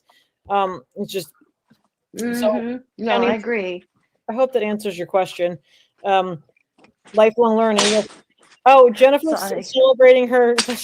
Bless you. I think Jennifer's celebrating her 17-year anniversary. So everyone, happy anniversary to Jennifer. Thank you. Yeah, happy anniversary, Jennifer. Awesome. That's awesome. I know, isn't that cool? That's amazing. Yeah, that is amazing. A big thing with canine handlers coming in these things is it's a legal issue because, especially when it comes to court. Because Casey Anthony, for example, I don't know if you know about the canines with that case. On a weekend. Are you talking to Finding Solace? No, I was talking. No, I think it was just. I wasn't sure. Oh, I didn't see that one yet. Oh, okay. I didn't know if you were talking about her one. I'm sorry. Oh yeah. No, you're fine. Finding Solace. I'm gonna start your comment. Have you thought about contacting RCMP Canine Training Center for an interview? It'd be so cool. Not about the case. They wouldn't do that. Yeah, I definitely have actually thought about it, especially because I got this book. I was interested to know this guy who wrote this book. Actually, he was working with Canadian police dogs for 35 years. So I actually sent him an email about 2 hours before I did this because I wanted to talk to him about a couple things. But yeah, it's literally called Tracking the Canadian Way. Now, I mean, I haven't seen how much it differs that much from American tracking. It looks pretty similar. They just do different certification tests, it looks like. And it seems like not that many people want to do tracking or cadaver. They all want to do explosives and like gun detection, which is cool. I mean, I do that too, but I mean, I think tracking is really important. Oh yeah, definitely. Especially for stuff like this. I forget what I was talking about before I saw Finding Solace's comment. Sorry. I'm sorry. I thought that's what you're answering. No, you're good. You're good. I didn't see her question at first. I'm glad you brought that up because I do want to reach out to them and see if I can talk to them. That'd be cool to have them on here. I actually want to reach out to the cadaver dog handlers that were there at Chad Daybell's property and see if I could interview those guys to see just to talk to them about some stuff because I think that'd be pretty cool. You know, like a final send off to Tylee and JJ. That was rough. I think we were talking about the certifications, but Jennifer said that she was in North Carolina. So North Carolina is gorgeous. I really like North Carolina. The Outer Banks, love those. The Outer Banks is great. The country I've been to. We took our 8th grade trip to Canada instead of DC. Whoa. That's so cool. Wow. I never heard of a. Oh, it's different. I didn't know that. I didn't know that there was enhanced. Cassie, did you ever go to the SeaWorld out there? Oh, Kentucky. He seems like he's pissed off that they said. I don't know. How do you? Oh, Kings Island Amusement Park. Oh, Kentucky. Okay.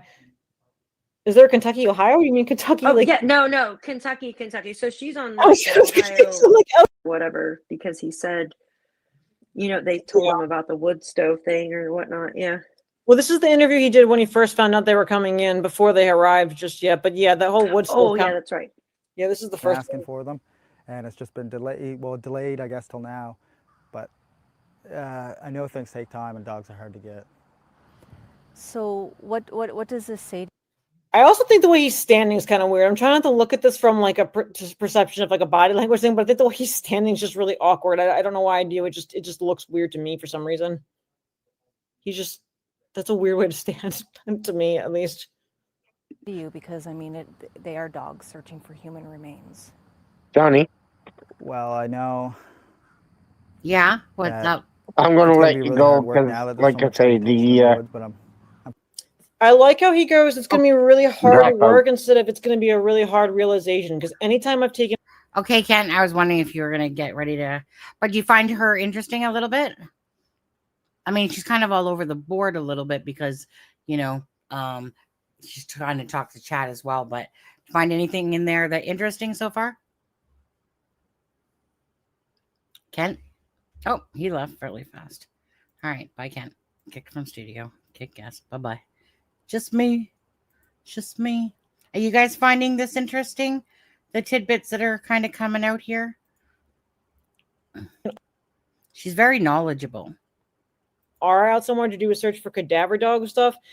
All the searches that I've done so far, like Jesse Farber out of Pennsylvania, Zachary Vidal out of Pennsylvania, Cherry Mahan, Skylar Neese, all of these parents, when you mention cadaver dogs, there's like a level of just like grief. And it's just like his thing is he goes right away to what's going to be hard because of the vegetation and stuff. And while, yeah, it is harder when you're dealing with dense forest, I just thought about this now, that to me, that's weird that he didn't think it's going to be hard to think about them being dead, or it's going to be hard for me to think about, you know, what they might find, anything, but he goes right to hard to search the vegetation.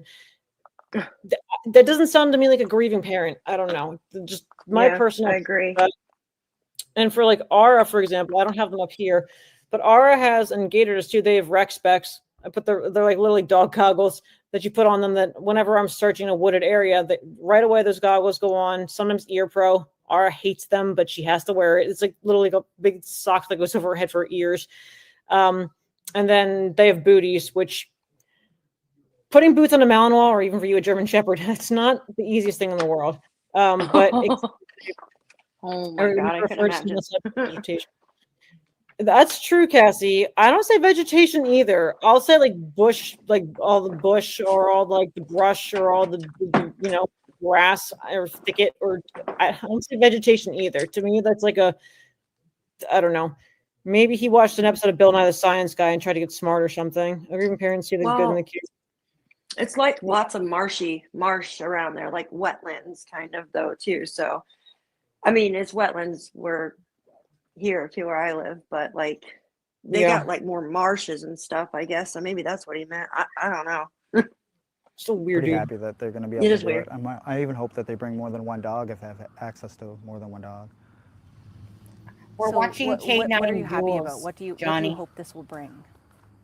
I would just like to see maybe the social media speculation theories and. How about I would hope to see that we have answers, or I hope to see that the babies are safe, or I hope to see that they found them. Not, I hope to see the social media die down. Well, and yeah, and that's just it too. Like Hannah's.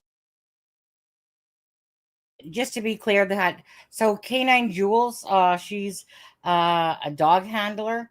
She said she has about 6 dogs. She's more like on the like drugs, narcotics, and that stuff like that.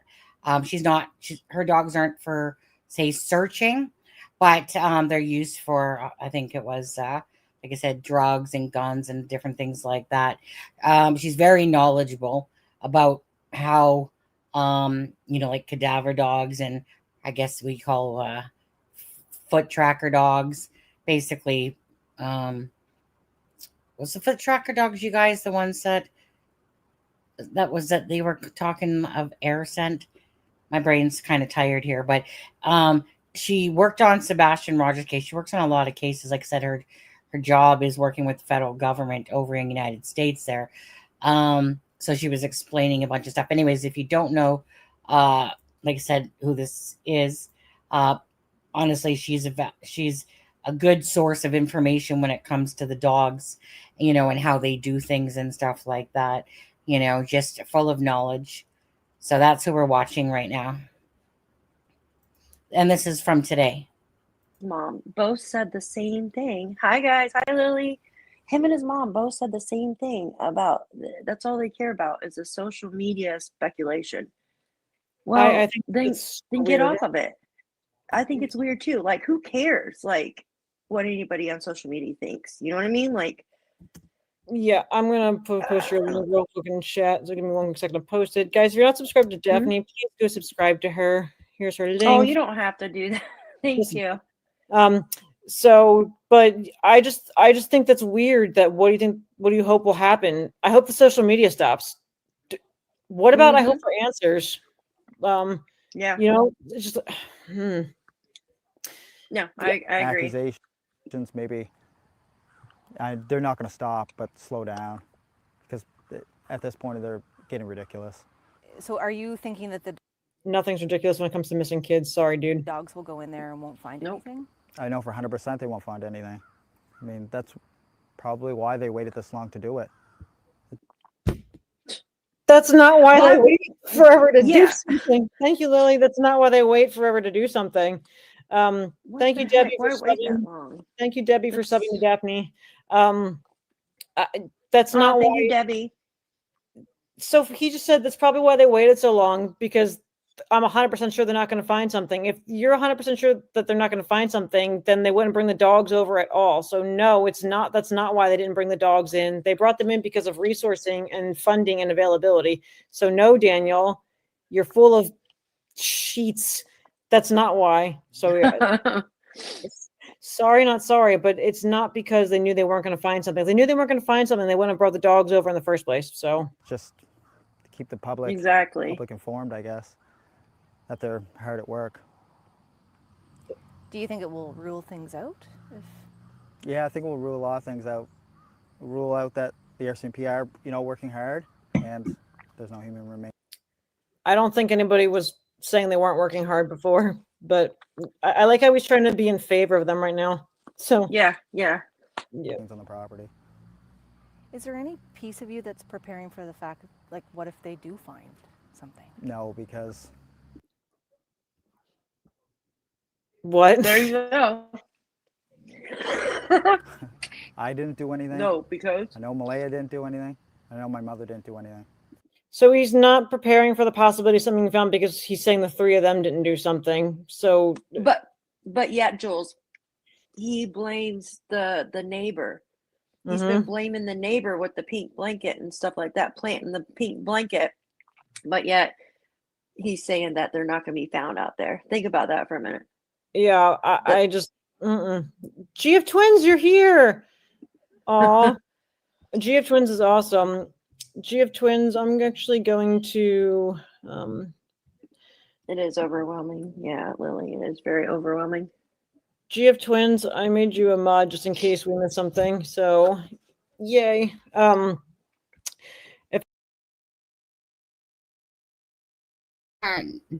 Jody, with this comment here, Daniel might be horrible, but he never turned his back on his own kids. Now, again, the reason why he can't see his kids is, if you saw that screenshot, is because it says that Arlo and Raina said that he abused Jack and Lily. So I think that there's a good reason why Daniel and Jenny aren't allowed to see the children. So, yeah. So I don't think that kind of goes with that. He wouldn't turn his back on his own kids. I'm sure that his kids mean more than Jack and Lily to him. But is Daniel a good person? And if he's literally telling Taylor that the reason why he can't see his kids is because, of course, to Daniel, you guys have to know, right? Like, everything Daniel says is, do you understand that? Like, it's clear as day that things that Daniel say is he's always deflecting. He's deflecting about the neighbor. He's deflecting about, that Arlo and whatever, Rain, according to his own words, said that that they abused Jack and Lily, right? That Daniel did, right? He deflects always to Malaya. He deflects everything. This man has no accountability whatsoever. So again, maybe some people, and I'm not saying to you in specific, but maybe some people just don't understand disorders, right? That there's certain disorders going on here. And I'm not, of course, diagnosing Daniel, but I think it's pretty clear that Daniel is a narcissistic personality, which is because of other disorders. I mean, I mean, he told me he was seeing a therapist, and I'd have to go back and look exactly what he said, and then he goes, maybe I am a narcissist. No, dude, you absolutely are in my eyes. But the thing is that Daniel deflects everything, but just meaning that, so with that information that came out, and it's out of his own mouth again, right? It's just like, Daniel, I'm sorry, dude. There's something about you where somehow you have a little bit of a knack to have people feeling sorry for you a bit. And at the start, me and Charmaine did, everyone kind of did. And then his true colors came out. And so what are we witnessing, really? A bunch of black eyes, someone that holds down Malaya, pushes her up against a wall, someone that does drugs. So, in saying that, no, Daniel, no, I'm sorry. To have the children in the house while he's doing math, right? That's not a good person at all. To his kids, there's a reason why that relationship probably broke down, and it's probably why all his relationships will break down, right? But anyways, so I'm not sure if you ever seen that screenshot recently or not, but Daniel trying to get us to believe he's a nice guy, right? But Daniel's hiding behind a lot of insecurities and lies and mistruths and all that stuff to go with it. This man has issues. They all have issues. Malaya has issues. Taylor has issues. Well, Janie's just an angry bird, has issues. And, Daniel, right? These people have mental health issues going on severely. But the thing is that when it comes to like narcissism and stuff like that, trust me, run as fucking fast as you can. Just saying. Just saying. Right? Been there, done that. Run. The minute someone is controlling, shows egotism, they make it about themselves, they try to deflect, twist it back on you and all that shit. They gaslight you all the time, right? And play games with your mind, your head. They make you believe that you're the one with the problem and it's not them. Run as fast as you can, because you can't catch me, right? Do. Okay. Boom, boom, boom, boom. If anyone else ever wants the mod, I'll definitely add you, because I'm going on live a lot more often. So Daphne's my managing mod. So yeah, but GF Twins, yeah, you're right. I haven't seen you in a while. I hope you're doing okay. Let me see. Those are 3 people on the property. Finding solace. Oh, sorry. I mean, you're good. You can answer. Sorry. I'm so sorry. No, you're fine. I thought I was on my channel for a minute. I'm so sorry. No, you're Finding okay. solace. You have to watch the new article or read the new article. It's gonna blow your mind. Yeah. Sorry. No, you're totally good. You're totally fine. So that's okay. The polygraph exam, they should have known right there. We didn't kill any of the kids, or we didn't kill the kids. I also thought that comment was just kind of weird, but I mean, maybe he was just rewording it, but it goes from we didn't kill any of the kids to we didn't kill the kid. I don't know. That to me, that was just weird. Why do you think that they're not possibly, like, why that they didn't possibly wander into the woods? Well, with the amount of resources that were used, and I mean, for everything from drones to helicopters to classified technology and all the searchers on the ground, I mean, searchers on bicycles, they did everything. On the pipeline, they took in ATVs and Argos and side-by-sides. They used everything they could. Tell me about, what do you make at this point of the investigation of what RCMP have been doing or not doing? What's your stance on all of that? Well, I would like to go in for another whole round of polygraph exams. I mean, that would be... Whoever was that mentioned about the crossing the arms and the feet at the same time, you're right, on point. So yeah, just weird.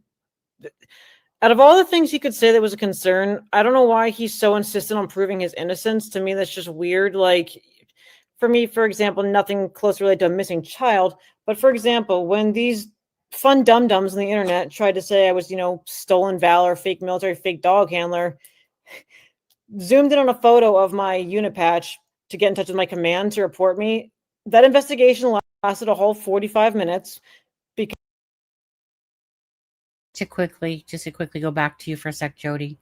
But the thing is that Cody, he might have abandoned his children and all that stuff, and was not a good relationship. Thing is that he's not the reason why the children are missing. It's Daniel and Malaya, right? So it's kind of like one of those things, like at the end of the day, like talking about Cody has no bearing on the case of Jack and Lily in this sense, because they've already cleared him. He already has an alibi, right? So maybe he's definitely not the best person. And Belinda's the first one to tell you that, there's lots of things that he's done that he's not so proud of and stuff like that. But Daniel and Malaya are the ones that are responsible for the reason why Jack and Lily are missing. And it's their whatever lies or mistruths or truths, that will come to surface at some point here. So as for relationships, Malaya also knows how to pick them. Been there myself, right? Don't realize it. But in Malaya's case, it's like both Malaya's needy, right? She just needs to feel loved. She needs somebody, blah, blah, blah, blah, blah. But she keeps picking, like the wrong people. And then you got Daniel over here. And that's what I didn't realize myself, is that I attracted these narcissistic personalities, because I'm looking at it from a point of view of kind of like pureness and caring and, what can I do to help you? Because, right. So people that don't even understand disorders whatsoever, and I didn't either until I gave myself a whole lot of Google time, and I was going through. And the one thing about disorders or clusters, what they call them, is that, again, narcissist is not a standalone, whatever you want to call it, label, right? Usually you have ADHD or bipolar personality. So they're actually sometimes the disorders can overlap each other and look very similar and stuff like that, but it's not a standalone. So you basically have ADHD, bipolar, personality disorder, something to go with it. And that makes this, like I said, it's like how I look at it. If I was to say it, like try to say it in the very basic way, it's an insecure person that literally has to put on a mask to be something, pretend to be something that they're not, in a sense, because they don't like their true selves, right? So it's almost like they're so unaware of how they're perceived by others, because they don't have awareness about how people are perceiving them, and they don't have self-awareness of themselves. It honestly, biggest fucked up narcissist I ever freaking met, swear to God. And the thing is, honestly, there's like, from my standpoint, there ain't no fixing that. There's like, you would have to have major fucking therapy, like major therapy, to somehow realize that all those lies that you've built up and everything like that, like, because you can tell with Daniel, he's so full of himself, right? And if from everything we've watched in 5 months, he beats down Malaya, talks down to her, and then he does this reverse crapola where he starts going, I know I had nothing to do with it. I know Malaya didn't, and Malaya, remember that by the waterfall? But this man is relentless at talking about Malaya. Why is he doing that? Why? Right? Tell you. Inside, this egotistical narcissist to me is that he can't, first of all, believe. When they start losing control, right? Because they need that fix. They need that female fix that basically is like a mother caregiver almost type of personality, right? But they need that fix. And hence why Daniel probably has, well, he seems to obviously have a sex addiction as well to go with that, on top of the, narcissistic, and that's just my opinion. But I mean, come on, seen the messages. I mean, like, the kids have basically disappeared and you're already, hooking up with someone, like not even a month basically, or talking to them at least at that point. But, in June, you're hooking up and stuff like that.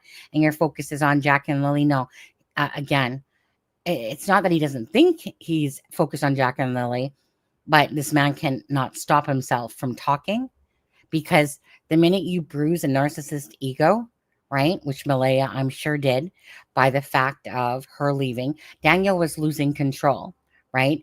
And they're manipulative. So I don't know what the hell went on in that home that wasn't a normal Thursday. And I don't know what the heck went on in that home besides lying. But somewhere in there, Daniel, just like that statement that he put out there in the Globe and the Mail about 3 or 4 days after the children went missing, she's trying to blame me for everything so she doesn't get in trouble, right? So she's trying to blame me for everything. So what's he doing in return? What's he doing in return?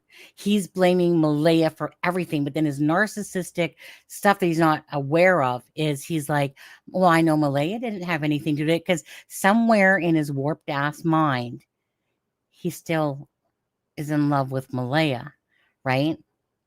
But he's more pissed the fact that she took control and left, and he lost control. So now he's just amping it up, doing everything to point the finger at Malaya, right? To have us go this way. But he's kind of like, it's like someone telling on themselves. She's trying to blame me for everything so she doesn't get in trouble. As if almost to say like that she did something and I didn't do something, you know? Who knows where the sick, twisted truth lies with Jack and Lily? But all I know is that at first I was buying his crap. Then I saw right through his crap, like a lot of other people. But as a creator, you're watching exactly what he's doing, where he's going, how he's handling something. And to me, again, it's like fucking sonar. The minute I even smell a bullshitter, even sniff one, the minute they kind of come out, right? And that's what Daniel is, that he has this ability to make people almost feel sorry for him, and that you almost feel sad for him. And you're like, is it even true that he could have done something? Okay. He's a manipulator. He is 100% a manipulator. And Janie, the apple does not fall far from the tree. You guys have a poor me syndrome shit going on, right? All the time. It's like even in Janie's 2 hours and 37 minutes that I freaking recorded, right? Listening to, me, bore me. No one understands how I feel. No, we don't really give a shit, Janie. That's for your son to give a shit. That's for your freaking brother to give a shit. We don't give a shit. What we give a shit about is what happened to Jack and Lily. Not to be harsh, Janie, but honestly, the whole poor me syndrome, nobody wanted to hear that at all. All they wanted to hear was, what happened to Jack and Lily? What is your timeline? What is the information? Not, I have all this regret that I didn't get up and blah, blah. Well, you were supposed to be shopping or something, weren't you, with your brother, but you didn't get up or whatever, but anyways, I'm not here for her freaking sorrow and her pain, in a sense that she's talking about. It's not that I'm not, desensitized or nothing like that. You're not my family. There's 2 children missing. Like I said, use your own family to cry to and whatever. But I'm not here for that side of it at all. For Janie, poor me. I hate the poor me mentality. I do not live my life of the poor me mentality. And it's kind of one of those things. But anyways, let's see. Sorry. I didn't realize Cody had been completely cleared. Yeah. Well, that's the thing. So, right. It's just, it becomes that he might not be the best person definitely in the world, but he's not the worst. But yeah, but there's no point. I've never really talked about him because there's really no point in talking about somebody that didn't have anything to do with it. Right. Even if people feel like, how could a dad leave their, 2 children and stuff like that? Well, people can do that all the time, and it's sad, but some people can walk away. You know, maybe have regrets later. Okay. What time is it? It's only says so because we did the live earlier. You guys, I've missed so much. Okay. But anyways, so I got who here? Press 1. You guys got Daniel's digits, right? You guys seeing the same shit that I'm seeing? 1 for yes, 2 for no. 1 for yes, 2 for no. As you're saying that, I'm just gonna hit play again. Because my command team was just like, we know she's legit. They tried saying I was faking doing military funeral honors too, which I'm on the actual military funeral honors website for the 99th RSC. So that's weird. But yeah. So for example, like I was never worried the entire time because I was just like, because my commander called me, he's like, hey, just so you know, these civilians reported this. I know exactly who it was because they were not protected. So and their karma will get them one day. So yeah, that's just crazy for someone to do something like that. You know, when you're getting close to something, it's like. Well, I also would have been arrested if I was stolen valor. It's a crime. I would have been arrested. So there's that. Yeah, like what the heck? TBI cleared me. FBI cleared me. Sumner County Sheriff's Office cleared me. So it's just like that was just weird to me. It's just like, why are these internet people like ruling the roost, and like why aren't these like Jennifer Coffindoffer? I send her every single one of my certifications. This poor lady has to know he's full of shit. In my opinion. Yeah, Jennifer, I think I think she does. Yeah. Who? She said this poor lady knows he's full of shit. Probably the report is what she's talking about. But that's why when I was under investigation, quote unquote, I was never worried because I even said to my commander, I'm like, sir, do you know what schools I've been to? Like he picked me to be his company commander at the time. So I'm just like, you know where I've been and what I've done. So I mean, that's why I was never worried. Yeah, finding solace. It was sick. It was weird. It was really, really weird. But I mean, it is what it is. I'm over it. So yeah. Jennifer Cook, the reporter. Part of the family that don't want someone found, and that's what happens. I literally lost my AirPod case. I have no idea. They maybe bring some new people in that are doing the polygraph exams, but I know they're hard at work. I've filled notebooks with just trying to help them find leads or give them any kind of small detail, answer as many questions as I can, or but I'm doing everything I can. I usually try to meet with them 3 times a week, and sometimes they're not around for that, or phone calls or texts, but whatever we can do. So I guess. Okay, hold on. To bring it back to the cadaver dogs, since you've been asking for it for so long, I guess, you don't have any information on how that will happen? No, I don't even know where quite they're going to start searching or what they're going to do. Are they going to expand out onto the properties? The property there is fairly small. It's only 2 acres. So. Yeah. I was thinking about the finding solace like 3 times a week. Just like, I don't know. 40. What I don't get is why he doesn't try to quietly back into his life before Jack and Lily and be helpful when asked. I think it's just very weird that he's so insistent on proving his innocence and why he's forcibly trying to meet with them 3 times a week. Like, what could you possibly be discussing 3 times a week? Just like, it's weird. I don't know. I'm sorry to do it through that BS. Well, in my opinion, like wanting to see what they know to get ahead of them, in my opinion, but yeah, that's why. And I've mentioned this to you, I know before, whenever like we had a search out here in Pottsville, Pennsylvania, where this guy was like pacing back and forth. You see him on camera pacing back and forth to someone's house, then he just like disappeared off camera and no one knows where he went. So I went out there with Gator, and Gator literally like tracked. I took a shoe, used like showed Gator the shoe. He put his nose in and sniffed, and then just took off up this hill, going right towards the direction of where he was last seen on camera. He cut a sharp 90-degree turn and went right towards this house. And the girl I was with, her name was Shayna. This is the screenshot I posted on my YouTube channel page. That was the sister. They went and knocked on the door and said the dog tracked here. And apparently this lady was really nice before, but the second she found out a canine tracked to her house, she lost her mind and started freaking out. And just like when people bring dogs into things, people get really, really, hi, Lady Freedom. Yeah, you're here. Yeah. Lady Freedom, can you drop your channel just so people can subscribe to you. So if you're not subscribed to Lady Freedom, please go subscribe to her. But people freak out when canines get involved because they're just like, I don't know what it is. I don't know if it's because they know that like a dog, you can't manipulate a dog. You really can't. The dogs and kids see right through the BS is what I like to say. Exactly. So let me finish up. Thank you, Lady Freedom. Yay. It'll be the whole 8.5. Pretty accurate, Wolfie. I don't know. That's Daphne, I don't know if you and Lady Freedom know each other, but if you don't, maybe.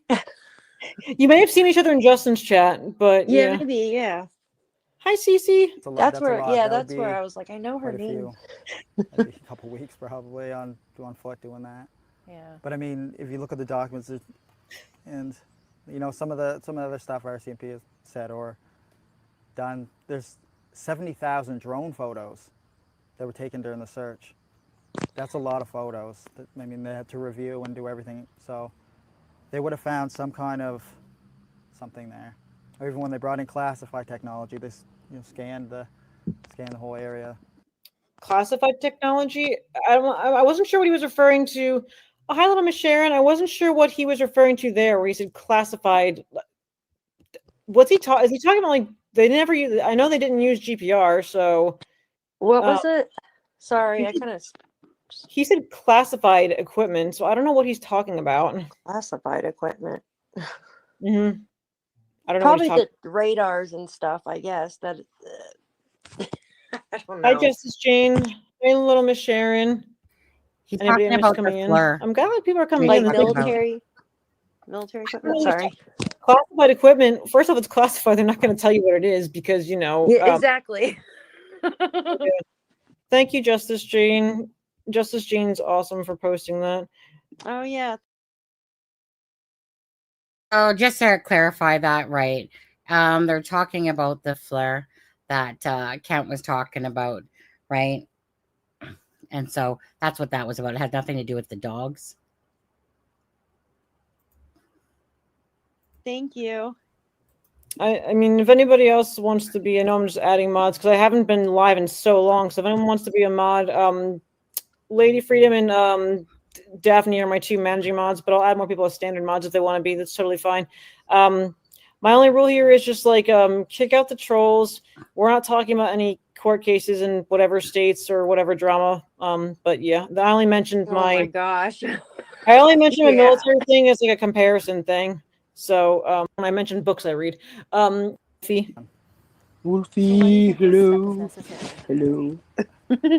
Well, it just rules out one and brings the book a little bit closer to being closed. I mean, one chapter at a time. How have you been doing? Well, I'm not going to say I'm doing well, but doing better than I was at the start, I guess. It's physically exhausting, mentally exhausting, emotionally exhausting, but every day you wake up and it's a new day. New hope. Sorry. And just keep going forward.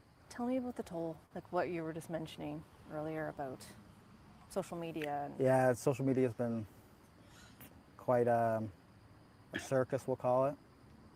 But I can't control them, and they're free to judge, but maybe they're free to judge, but he wants the social media to die down. So yeah. What? Like who? You know who that sounds like, right? Dude's weird. He sounds like. Mm-hmm. It does. Yeah, exactly. And it's just weird that it's always just, I don't know. This that must have been before the new girls ditched him. Sorry. Yeah. Mm-hmm. Daniel is a putz. Oh, good day. He's an interesting. I would love for him to come in. Apparently, he likes to troll chat, so I would love for him to come in here and just be like, I don't know. Wolfie, just quickly, weren't you the one that sent me an email with mugs or something like that? Was that you?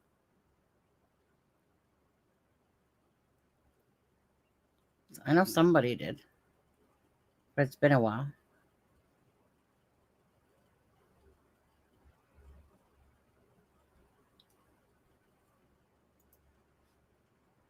I have some questions for him. I think he's got like 100 different computers probably watching everybody at the same time. Start typing. Using AI for pictures. Oh, I'm rewind that. Using AI for pictures. He said something like about social media. I do love their social media's accents. been quite a circus, we'll call it. But I can't control them, and they're free to judge. But maybe Are just we? use a little bit of this before they start typing, or Use this before they but he's kind of judging by calling people stupid. I gotta stop that one right there because that's so laughable. Use this before you start typing. Is that the biggest pot calling the kettle black on that one, eh? Mr. Hypocrite, Mr. Inconsistent. Oh, Daniel. I don't even know that they could stack shit as high as they do, but apparently so. Like, case is not funny, but it's just the things that he says sometimes that it's just utter BS. You know, they're just sitting there playing you. Ah, Daniel, you narcissist. In my opinion, so whatever. using AI for pictures. Yeah. I mean, we're coming up on, is it coming up to 5 months? Yeah, in the second, so yeah, it's less than 2 weeks. Like, did you ever imagine that we'd be here still talking about this? No. I thought with the amount of resources and amount of different units for RCMP working on it, everything from dive teams to canine units, and they have dedicated teams just for social media. They have a dedicated guy that just sits there and watches highway cameras. Okay, wait, hold on. Don't forget, people. This is coming, what he just said all there, I think with all the searches, with all whatever, that, at one point he's going to be like, that's why I'm telling him to go look the other way and stuff like that. And it's just like, dude, like, honestly, when he was first talking about cadaver dogs, right? Maybe he was just being his narcissistic self when he was just like, yeah, they're going to have to bring in someone to do the polygraph test, and, I'll take a drug test and stuff like that. And, bring on the cadaver dogs, and it was one of those things that only later did you get more of the vibe. Like when he started talking about it, it's almost like when you think about it in hindsight, he was probably just wanting the cadaver dogs originally just to be like, you know what, just come clear me. I'm an innocent man over here. Just might as well come clear me, because you can see when they finally come that's pretty much his attitude. And the passive aggressiveness to the RCMP when he was like, well, I guess they, basically got to make it look good for everybody. So let's just bring in the cadaver dogs, just show that they're hard at work, and then he tries to come back with, well, I mean, they're working hard type of thing. And shut the front door, dude. This is what I'm talking about. He has no self-awareness. That man can literally make himself sound so stupid. But truly, it's, again, just to me, a narcissist that no self-awareness at all. Doesn't even remember his own bullshit. Like, literally. I mean, you could literally put all his screenshots and videos and everything together, and there's going to be some form of excuse that's going to come back. There's justification. Like, and again, the weird thing, right? Like, there's lots of weird things. Don't get me wrong here. But again, when he talked about, well, on the Drunk Turkey show, when he said, so, I went in the house, got the car key, got the car keys, because, we have 2 sets of car keys, right? Again, something not needed to say. The lights being turned on and off, or turned on at 12 o'clock, right? What happened? Why are you telling us that? Why are you telling us about Lily's black eye? Everything he's doing is try to give the perception of Malaya. I was running around and looking like a moron while Malaya just stood there on her phone. Malaya purposely hid the laundry. Now, again, as for that whole thing about Patty saying, well, I got other plans, right? Yeah, I was told that was not true, right? Again, but then, so where's that coming from? Darren And then Daniel's repeating it. Well, remember when Daniel or Darren repeated Daniel's words? Well, the reason he lied about the blanket is because let's stop and think about two people hearing a vehicle regardless in the morning, right? And one just happens to be where that blanket is, over there. Who knows? Again, it's only because when you have more information than say what's out there, to add to it. Trust me, people. These children are not hidden. Telling you that. Sorry, Kent. But they're not. They're just not. Kent can make some good arguments, but the arguments really just, yeah, you can make arguments for everything, but honestly, come on now, come on. You don't think that Daniel and Darren are smarter than the RCMP and major crimes, and that they couldn't. I don't even need to get into that. It's to me, it's absurd. And I don't believe at all this is to do with the CPS case and jurisdiction with Meadow. I believe that Meadow's case is absolutely. They're trying to fight for jurisdiction about who has it, the Indigenous or, us, the white people or whatever, RCMP. So in saying that, it's kind of like, yeah, that's playing out in the courts right now. But no one can really give a full thing about it, right? Now, just like no one can really prove that that they did something to the children either, right? But it's a matter of you're looking at what makes sense and about the lies that are coming out. And Daniel is pushing this narrative really, really hard. My feelings personally are that Daniel and Malaya, we'll leave Janie out of it. Daniel and Malaya know exactly what time it is when it comes to Jack and Lily. They know exactly what time.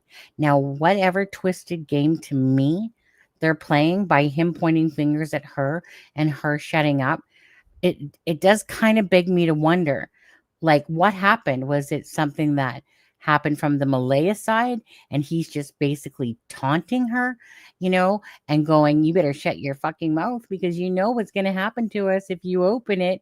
So she's just shutting down. This is speculation, guys, right? Because you can kind of look at it from a couple angles there.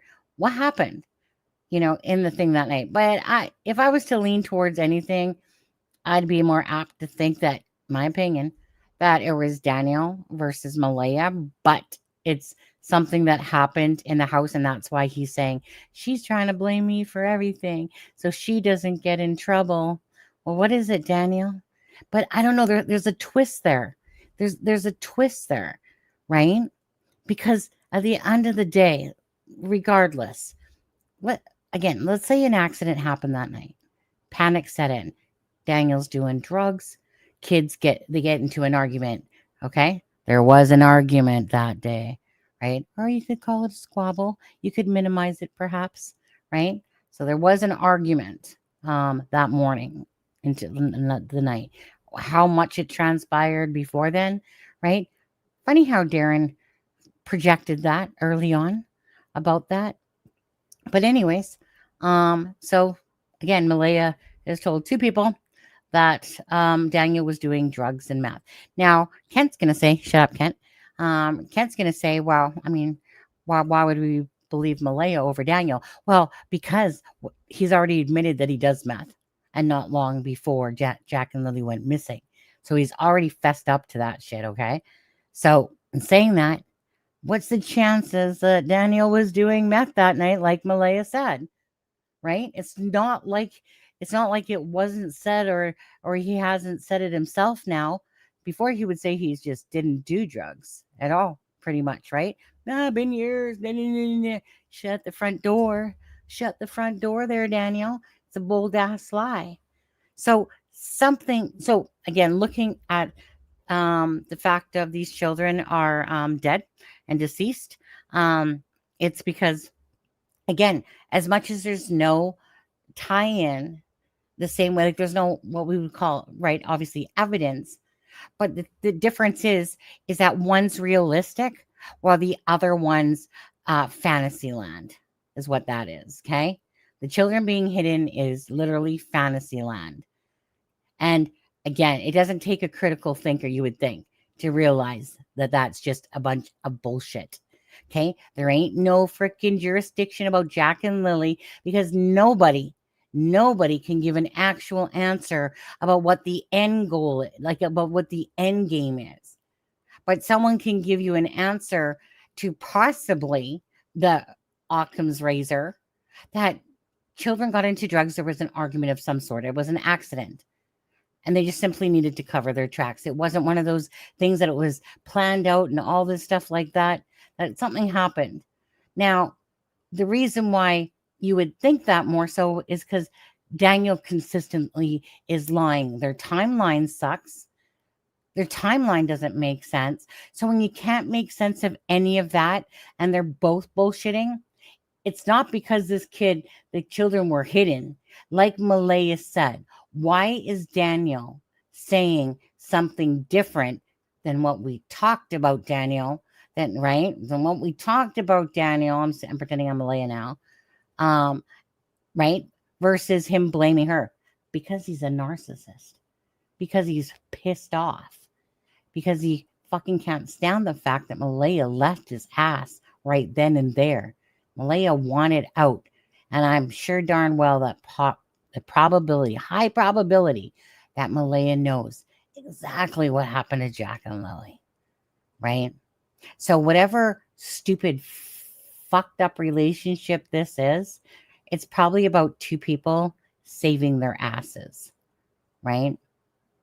And because there's Meadow. Right? There's a bigger picture here. There's Meadow. So no one's going to sit there and dream about spending prison time. Right? Instead, they're just going to lie and make this fantasy land, right? About Malaya, her family has hid the kids. And now it's like, wow, you guys keep on twisting and turning that story around. Like how that story is morphed, you know?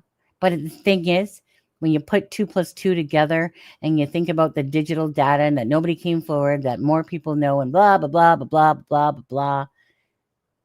I'm sorry. It is just ridiculous. No, I don't have to look at all angles. I've looked at the angles. That's the problem. I don't have to keep looking at angles if I think that those angles are absolutely absurd. And again, I have way more information than you do, right? Which even tells me more that I'm right. But am I 100% right? Don't know. Maybe, possibly. But why would I look at angles after I've already looked at them?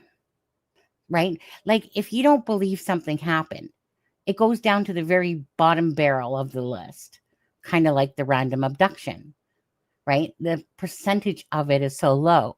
So if I've spent a moon's age looking over this whole hidden shit, there's nothing about it that truly makes sense. Like it reminds me of people trying to make sense out of nonsense. And why would I believe a liar? Why would I believe people that aren't telling the truth? But beyond that, it's like,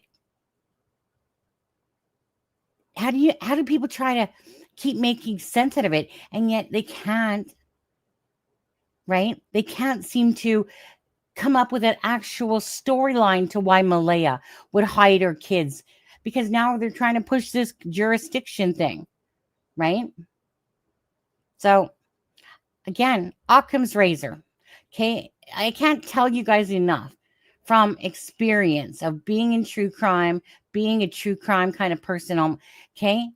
These type of cases are so rare that it even goes to that type of twist, and to literally think that these people could get by with all of doing that Malaya could get by. There's a reason why Daniel keeps pushing for it. There's a reason why the Globe and Mail put that in that article about it, feeding misinformation, right? And all that stuff. Darren might believe it's true. Darren absolutely believes he's right, or possibly right. I don't know. He keeps changing his story all the time. Okay. Even Darren had told me that the RCMP basically thought he was a joke.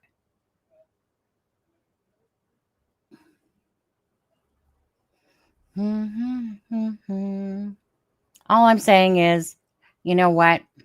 If the shoe fits and you're a freaking liar during the case of Jack and Lily or any children's cases, you know, it's because you're full of shit.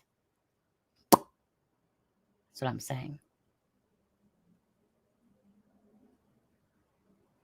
Well, again, you know, everyone can think however they want, right? Like, meaning some people might think, like you said, you have you're not in my brain. You don't know what I think or what I don't think, besides me telling you it, right? But again, I mean, I've sat there and weighed that option about the hidden thing. And even when I don't believe it, I still go back to it. And there's nothing. There's nothing. There's no signs of anything. There's no sign from police that they're looking into it at all or believing in it. There's no timeline. And it's just a bunch of BS. Why would Malaya need to put her children in that? Because now they're trying to derive it that it's because of CPS, that she's trying to hide them from CPS until this jurisdiction is settled, right? So that once they decide that, then pop goes the weasel. You don't think that the freaking reservation, you don't think that Malaya and any family members that Daniel keeps pointing to, right? Do you honestly think that Haley's going to risk losing her child to freaking plant a blanket for Malaya? Who's the one telling all these twisted bullshit? Well, his name is Daniel. And you got two neighbors that are saying that they heard a vehicle in the morning time of May 2nd. Not one, but two, right? So however it happened and described, bottom line is two of them, two different witnesses. Yeah, they might have talked afterward because they're freaking neighbors and they're going to be talking about the case. But you honestly think they went, you know what? I'm just going to call in a tip and I'm just going to say 3 to 4 times. You know what? I'm just going to say that they went over. No, right? So not just one anymore, two people. You know, so it's just kind of like I said. So where does it truly take you? Does it take you to someone that's lying? Well, why are they lying? Why are they trying to keep proving? Well, again, if you know you did something, misdirection all the way. Daniel knows damn well that those kids aren't hidden. Again, manipulator. Okay, narcissist, manipulator. You know, he's not fooling me. He's not pulling the wool over my eyes. He might have at the start. But again, for me, I'm just explaining why I don't believe at all in the hidden thing. Right? Right. Nobody can even back up a proper theory with that. Well, Kent tried, you know, but Kent, good fight. Right? But that's just manipulating. Why does Daniel keep inserting a bunch of different shit into this case still again and again? Right? He wasn't sitting there talking about freaking the Yogo cups that the kids couldn't get in and that they could, no chairs removed, and how Malaya, like, have you guys not noticed how every time, even in that interview, Daniel was like, well, I probably shouldn't tell you, smirk, about the interview, but yeah, Malaya took one, right? These are like cryptic little fucking things to Malaya saying, you know, to shut the fuck up, you know? Because I'm sure that he's probably got, when he said that Cindy has something over his head, perhaps he has something over her head, right? And the both of them. Because he's a manipulator. He's a control freak, in my opinion. Okay. Especially the ones that don't want police presence around them. Yeah. I can't even with Daniel, honestly. Just can't with Daniel. So, what's it been like for you now that we're back to September? Look at those sweet faces. That's just. I know, aren't they precious? I know. I don't know. Brenda, yeah. Well, Brenda, I think he also thought that people would forget about this. I think he thought, in my opinion, maybe he thought that people would forget about this. I don't know, because like, still talking about it. Yeah, we're still talking about it because it's weird. Like everything about this is weird. Deception Detective, I love it. That guy's channel. He, if someone doesn't mind posting Deception Detective's link, because I've talked to him a couple times, I'd appreciate it. He like really goes into Daniel a lot. And a lot of his, he doesn't so much cover the mom anymore, but he listens to Daniel a lot. So I think he did one 5 days ago where he covered this interview actually. And he's just like, he's good at what he does. But yeah, schools back and Yeah. He's still a narcissist. It's Yeah, really. no, it's hard. There's quite Thank a few you, school Sadie. buses that go by, and there's a lot of kids in the area I see, and it's sad. It's not just Thank you, Becky. sad for Jack and Lily, but it's sad for everybody who knew Jack and Lily. They had friends, they went to school, and it's just they had teachers that seen them every day, and it's just hard on everybody. Not We wrong, ask you this Shannon. every single time, but why do you keep doing it? For Jack and Lily.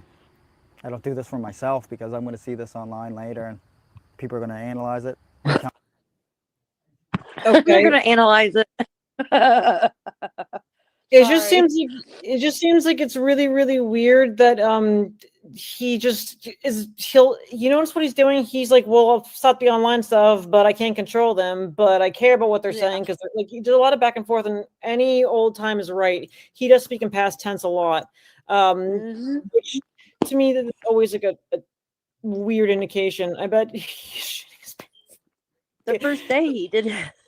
First day he said Lily liked, Jack loved. Yeah, it was first day. Or second day. Second day was past tense. Yep. Yes, little Miss Sharon. Daphne covered that in her live earlier. So if you want to go catch her replay, after this, she did talk. You talked about the neighbor in the car. Yeah, that's mind blowing. That's unfortunate for him, Wolfie. I mean, if he is shitting his pants, then good. You deserve it for doing shitty things, in my opinion. So yeah, analyze this, Wolfie. He's talking to Daniel, or else I'd block it. I'm sure. But, no, I know you. Wolfie, did you stick your middle finger up in K9 Jules chat there? I mean, you're in here, but yet unless when you said be right back, it meant you were going over to that channel to give Daniel a finger as well. Just talking about Daniel, but that's why I'm laughing. I'm just like, oh my god. So yeah. Oh yeah, we're almost done. I move my hands every time I open my mouth, every facial expression. This is how I know he's watching Deception Detective right now, because Deception Detective literally does he just said everything Deception Detective does. So well, we've all been doing that though to him. Yeah, I just found a Facebook group with like a bunch of people talking about this particular interview, and like there's one diehard in the one group that's just like, no, why would he openly admit stuff if he was guilty? I'm like, because it throws people off. Like if you think about it, yeah. People will literally with some people they'll be like, yeah, I'll take a polygraph test, and like just because they don't think someone's actually going to go through with it. But look at what happened with Nancy Grace, where like somebody said, sure, yeah, give me the time and place, and then Nancy Grace sets it up, and sure as shit, no, I was told not to do it, which we won't get too into that. But yeah, I think you watch videos on how to convince people. Well, and like a lie is based off truth. So, you know what I mean? To be able to remember the lie, there has to be truth. Sadly, Daniel can't remember his That's lie. why I like to analyze his words. Because if you kind of put the certain wording together, you can figure out what actually happened, in my opinion, if he did something, you know? Yep. And no, Wolfie, I knew what you were talking about. I was laughing at you because it was just funny that, I mean, I like, Wolfie, you keep saying stuff because I think it's fun, and I appreciate it. So I just appreciate it. By the way, everyone who's here, thank you for being here. I know I haven't been here in a long time, so I really appreciate having anybody in here. Hi, couponing. It means a lot. And Lady Freedom, if you want to come up at all, just let me know. Because we're not going to be here too much longer, but if you want to come up here, let me know for a bit. Yeah, because I'm going to drop down here in a minute because Daphne's looking at me like, yeah. Like, what the heck is going on? Yeah. Oh, sorry, guys. Had a phone comment. Oh, lady, I was just saying, if you want to come up for a bit, Daphne's going to drop off. So if you want to come up for a bit, because I'm not going to be here too much longer, maybe another like 10, 15 minutes, because I do have to I'll let everyone have a gator at least before I go. Yeah, that's what I was gonna say. Bring up Gator real quick. Yeah, let me go get Gator right now. I'll go get Gator right now real quick. So you don't have to. Oh, I'm sorry. I thought he was like right there. I'm sorry. I didn't mean for you just to get up, but so cute. Just looking at that. That looks like cute curtains. Buddy. Watch out, buddy. Watch out. Want to say hi? Come on. Gator. Let's add a Gator. Gator. Hey, puppy doos. Oh, he wants his ball. Puppy doos. Aw. Come here, buddy. Whoosh. He's just like, I'm a dog. Oh my gosh. If you don't know, this is Gator. He's my dual purpose narcotics and patrol canine and just tracking too. So that's Gator. So so cute. He's a good boy. Yeah, Gator. He's a good boy. Yeah. He's 10 years old and still wants to work. So he's a really good boy. So that's my buddy. Yeah. He's still awake too. Mine's passed out on the bed right now. Right after 7 o'clock, she wants to sleep. They're Malinois. They don't sleep. He deserved the big screen. Yeah, Gator. Oh, I love for Gator in the chat. So cute. But yeah, lady, I know you gotta bring him up there. I didn't see if she responded to coming up. Let me send her a message. I didn't see if lady responded to come up. She had a phone call, she said. Yeah.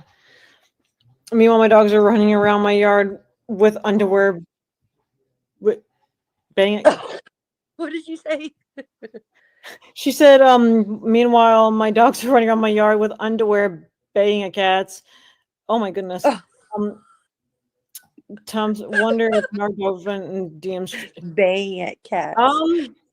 Probably. That's the thing. Yeah, I remember you telling me every that, time I Sean. move my hands. Yeah. Every time I open my mouth. Facial expression. They analyze everything right down to a T. I know that. Analyze everything down to a T. I want the public to know if anyone has any information, just please come forward. Call the RCMP, call your local police department, call Crime Stoppers. Do you still think they're still alive? Yes, I hope so. I mean, that's all we have is hope. This is the. Yes, I hope so. Instead of the 100% for sure. Danielle? Yes, I hope so. The interview that happened, I think it was like a month before the dogs actually came in. So I just always thought that like what he said was just kind of weird. So that's all we have. To tell you the truth. Yeah. Sorry. No, you get it. Tell you the truth, I don't remember. You and I are like the same timer. It's so funny. Know. German Shepherd mom things. Hi, buddy. Exactly. You can go ahead. I don't remember listening to that one for some. Well, I mean, I did, but I didn't. I missed the part where he's. Oh my gosh, where he said something about like the equipment, like the equipment we were just talking about, and there was something else too that I missed that he said. I'm gonna have to go back and listen to that again. Yeah, I can send the actual video to you. Yeah, he mentioned about the classified equipment. He sees the classified equipment. I'm like, what classified equipment? Oh, bye, Wolfie. Bye, Wolf. See you later. Yeah, and little Miss Sharon, that sounds really, really cute. Shepherd Kelpie, 8 months old. Oh my gosh, the baby. Really, really cute. If we're missing Higgins' hotspot, he's has specials. Yeah. Aw.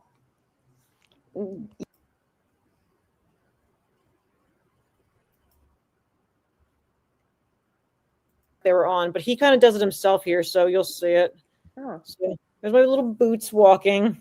I posted this on my channel, but like the video I posted was like it's too fast. Like if you were a squirrel looking through binoculars and high on Red Bull, it would be cool. But I mean, I should post this newer one where it's like slower. So that's where I was starting to jog. I was tossing out some like treats. I have an article in my hand for him to find.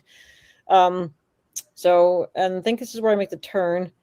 So yeah, it's Look at my feet. I should sell this on Footreon. I'm just kidding. Footreon. So here's my turn. So I made a 90-degree turn here. Now, I don't lead him at all in this. I let him kind of do his own thing. And at one point, he gets close to me, like he's thinking, and I just like, okay, so here he goes. So again, I just told him to search. I didn't present him with anything. I just said track, and this is what he starts to do. So he's looking for the initial track right here. He gets it. You'll see him get it right here, I think. I think this is where he picks it up. Aww. Yeah.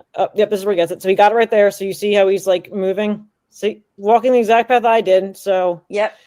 And now he lost it for a second. He brings himself back to it. So here he goes again. That may have been where the one distractor trait was that he just ignored. So he circles. He circles again here. He's walking up the hill.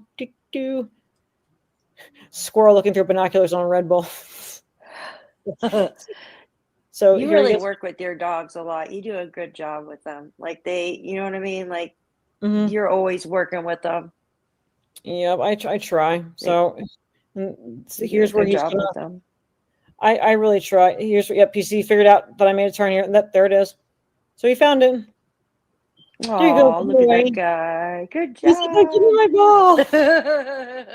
That's so cute. So that's how a footstep tracker dog works. And again, like I said, the initial video was like, I have to upload that one instead of the one I have because like it's way too. I tried to speed it up so it wasn't like like taking forever to get to the point. Yeah. Yeah, and like I have a video on my channel of Ara doing a rubble search for her cadaver work. I was gonna say spider costume for Halloween for my mini wiener dog. I don't think there's much more to like. I don't know what else they're talking about, but that's again is Canine Jules. So like, go check out her like her regular videos and stuff like that, right? Not so much the live sometimes, but just the regular videos when she's talking about the dogs and stuff like that. But anyways, you guys, I'm gonna call it a night. It's 8:23 my time over here. Boom, boom, boom. Jack and Lily, and again. There was 2 lives today, obviously, right? But I want to thank Nick, of course, from Please Bring Me Home for joining us today on the first live there. Just to know what they're doing, what their plans are exactly. So that was nice to know, right? Obviously, like you said, that they're just kind of setting up, like kind of like discussing things, et cetera, and stuff like that. But anyways, as for, of course, Jack and Lily, if you haven't hit that like and the share, please do. Jack and Lily need our voices. We need the truth for what happened to Jack and Lily, right? Just so we can feel, regardless, just a bit at peace with this case, considering it's 2 beautiful children. And if they were 2 children of your own, what would you have done? How would you have reacted? Type of thing. So I think it's going to be quite different than what we've seen here. But anyways, you guys, appreciate you all. And I don't think that I'll see you tomorrow. My schedule next week is mostly 9:30 to 5:30. Like, so, and Sunday is 8 to 4. But then it's like 9:30 to 5:30 to Thursdays. So I'll get maybe a live or 2 in before then. But tomorrow, I think I'm just going to chill. So unless something really groundbreaking happenings, I probably should do laundry. I probably should. But anyways, so Jack and Lily, you guys, thank you guys for spending the night with me here, and Kent as well, and Charmaine. Well, she's she's been on the go a lot and stuff like that, having to drive. I believe she actually is on her way to Whitecourt. One of the places, to be honest, and that's where my son is. He's still in Whitecourt, Alberta. But anyways, you guys, sweet dreams. Take care, and I'll just play the typical little video that I play lately for Jack and Lily.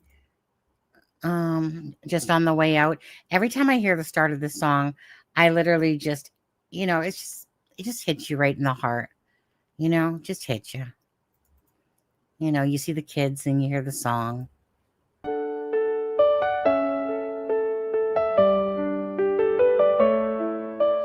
In the woods where shadows lay, Jack and Lily went to play. On a rainy May afternoon, now we whisper hope's soft tune. Echoes Sounds of laughter fill the air, but where are they? We stand in prayer. Oh, Jack and Lily, where have you gone? We'll hold on tight through this endless dawn. In our hearts forever you'll stay. With every prayer we send your way. Guys, thank you.